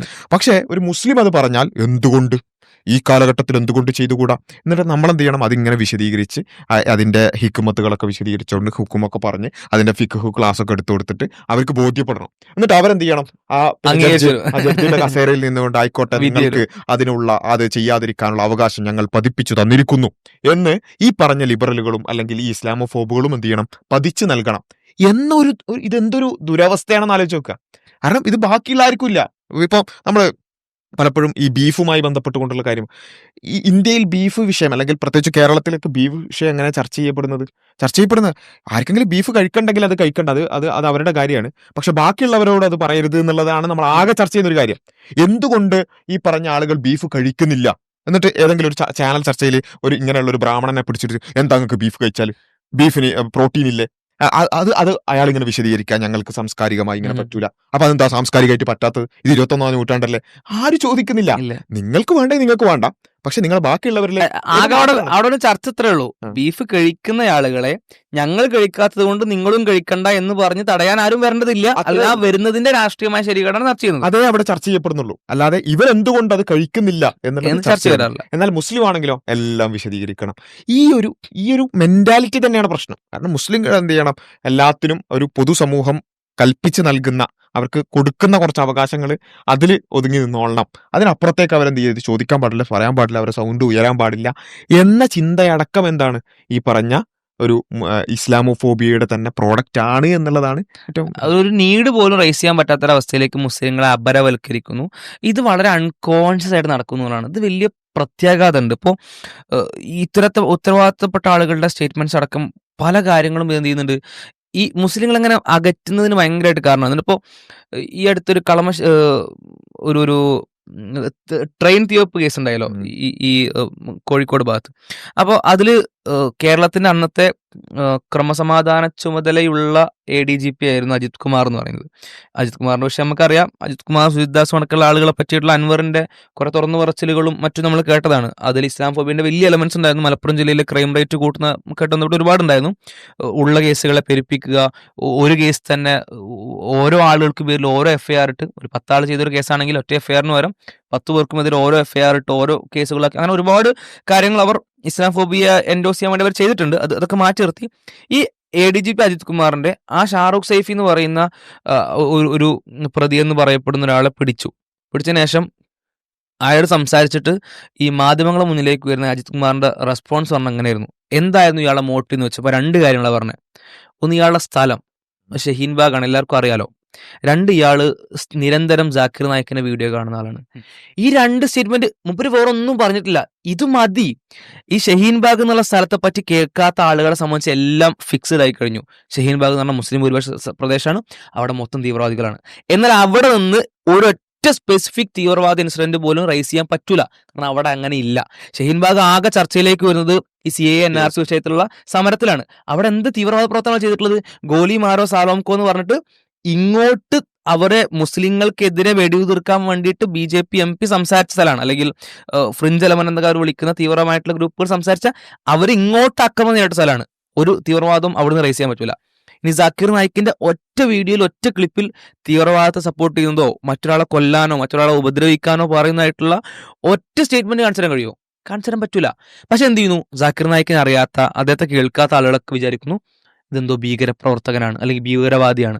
അയാളെ വീഡിയോ എങ്ങാനും വേറൊരാളിരുന്ന് കാണുന്നത് ഒരു ബസ്സിനേലും കണ്ടെന്ത് ചെയ്യും, ബസ്സിൽ ഇപ്പോൾ ഇങ്ങനെ യാത്ര ചെയ്യുമ്പോൾ ജാക്കിർ നായിക്ക് എന്ന് പറഞ്ഞാൽ നോർമൽ ഇസ്ലാമിക് ഒരു പ്രബോധകനാണ്. ഒരുപാട് കണ്ടന്റ്ഫുൾ ആയിട്ടുള്ള പ്രശ്നങ്ങൾ ഉണ്ടാവാം. അപ്പം അത് അപ്പുറത്തൊരാളിരുന്ന് കാണുന്നത് ഈ ബസ്സിൽ ഇപ്പുറത്തിരുന്ന ആൾ കണ്ടാൽ എന്ത് ചെയ്യും? പേടിക്കും. അല്ലെങ്കിൽ അപ്പുറത്തുള്ള ആളെ ഭീകരവാദിയായിട്ട് കാണും. അപ്പോൾ ഇത്തരം ഒരു അപരവൽക്കരണവും ഒരു ഗ്യാപ്പും വലിയ രീതിയിൽ ഉണ്ടാക്കുന്നതാണ് ഇത്തരത്തിലുള്ള പ്രവർത്തനങ്ങളാണ്. ഇതിൻ്റെ ആഘാതം എന്ന് പറഞ്ഞാൽ ഇപ്പം നമ്മൾ ജർമ്മനിയിലൊക്കെ അല്ലെങ്കിൽ ഇറ്റലിയിലൊക്കെ മുസോളിനിയും അതേപോലെ തന്നെ ഹിറ്റ്ലറും ഒക്കെ നടത്തിയിട്ടുള്ള ഒരു കൂട്ടക്കൊലക്കും അതേപോലെ തന്നെ വംശീയ ഉന്മൂലനത്തിനൊക്കെ നയിക്കുന്ന അർത്ഥത്തിലേക്ക് വരെ ഇത് പോയേക്കാന്നുള്ളതാണ്. പരിണിതി 2 രൂപത്തിൽ നമ്മൾ തുടങ്ങുമ്പോൾ നമ്മൾ പറഞ്ഞു തരുന്നത് 2 രൂപത്തിലുള്ള ഇസ്ലാമോഫോബിയ ഉണ്ട്. ഒന്ന്, മനഃപൂർവ്വം ഇസ്ലാമോഫോബിയ വളർത്താൻ വേണ്ടി ശ്രമിച്ച് അതിനുവേണ്ടി രാവും പകലും അതിനെ മെനക്കെട്ട് അങ്ങനെ ഇസ്ലാമോഫോബിയ പടർത്തുന്ന ആളുകൾ, അങ്ങനെ അത് ശരിയാണെന്ന് വിശ്വസിക്കുന്ന ആളുകൾ. രണ്ടാമത്തെ ഒരു കൂട്ടർ സമൂഹത്തിൽ ഇങ്ങനെ ജീവിക്കുന്നതുകൊണ്ട് ഇതിങ്ങനെ നിരന്തരം ഫീഡ് ചെയ്യപ്പെടുന്നതുകൊണ്ട് ഇസ്ലാമോഫോബിയയിൽ അറിയാതെ പെട്ടുപോകുന്ന ആളുകൾ, സ്വയം മതേതരരാകാൻ ഇഷ്ടപ്പെടുന്ന ആളുകൾ. ശരിക്കും ഇതേപോലെ നാസി ജർമ്മനിയിൽ നടന്നിട്ടുണ്ട്. നാസി ജർമ്മനിയിൽ നമ്മൾ നോക്കുകയാണെങ്കിൽ നാസി ജർമ്മനിയിൽ ഏറ്റവും പ്രധാനമായിട്ട് ഇതിനെ വളർത്താൻ ശ്രമിച്ചവരാരാണ്? ഗവൺമെന്റ് തന്നെയാണ്.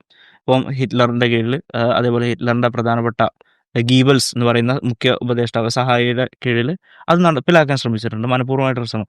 പക്ഷെ അവിടുത്തെ ബഹുഭൂരിപക്ഷം ആളുകൾക്ക് ഇത് വലുതും അറിയില്ല. ഉം. ഇതിങ്ങനെ മനഃപൂർവ്വമുള്ള ഒരു ശ്രമമാണ്, ഇതൊരു പ്രൊപ്പഗൻഡയാണ്. മീഡിയകളിലൂടെ നമ്മൾ കാണുന്നത്, സിനിമകളിലൂടെ നമ്മൾ കാണുന്നത്, വിദ്യാഭ്യാസ സ്ഥാപനങ്ങളിലൂടെ നമ്മൾ കുട്ടികൾ പഠിക്കുന്നത്, ഇതൊക്കെ ഒരു പ്രൊപ്പഗൻഡയാണ്, പ്രൊപ്പഗൻഡ മെഷീന്റെ ഭാഗമാണെന്നുള്ളത് അവരറിയണില്ല. അവരറിയാതെ അത് വിശ്വസിക്കാണ്. ജൂതൻ നമ്മുടെ ശത്രുവാണ്, ജൂതൻ ചാരന്മാരാണ്, ജൂതന്മാർ ആര്യവംശന്മാരെ പോലെ അത്ര ശുദ്ധമായ ഒരു വംശമല്ല. അവരെവിടെ പോയാലും ഇതിങ്ങനെ പ്രശ്നക്കാരാണ്. അവരെവിടെ പോയാലും പ്രശ്നം ഉണ്ടാക്കുന്നവരാണ്. ഇതിങ്ങനെ നിരന്തരം ഫീഡ് ചെയ്യപ്പെടണം. അപ്പൊ സ്വാഭാവികമായിട്ടും അവർക്ക് എന്തുണ്ടായി, ആ ജൂതവിരോധം ഉണ്ടായി. അത് അവസാനം എന്തിലാണ് കലാശിച്ചതെന്ന് ചരിത്രം നമുക്ക് പഠിപ്പിച്ചു തരുന്നുണ്ട്. ജൂതന്മാരെ മുഴുവൻ കൂട്ടക്കൊലക്ക് വിധേയമാക്കുമ്പോൾ, അവരെ ഗ്യാസ് ചാമ്പറുകളൊക്കെ ഇങ്ങനെ കൂട്ടം കൂട്ടായിട്ട് നയിക്കുമ്പോൾ, ഇതൊന്നും ആർക്കൊരു പ്രശ്നമല്ല. അവിടെ നിർവികാരരായിട്ട് ബാക്കിയുള്ളവർ നോക്കിയിരിക്കാണ്. അവർക്കൊരു പ്രശ്നമല്ല. അവർക്ക് ഭയങ്കര, നമ്മൾ അപ്പാത്തി എന്ന് പറയും ഇംഗ്ലീഷിൽ, അപ്പാത്തി.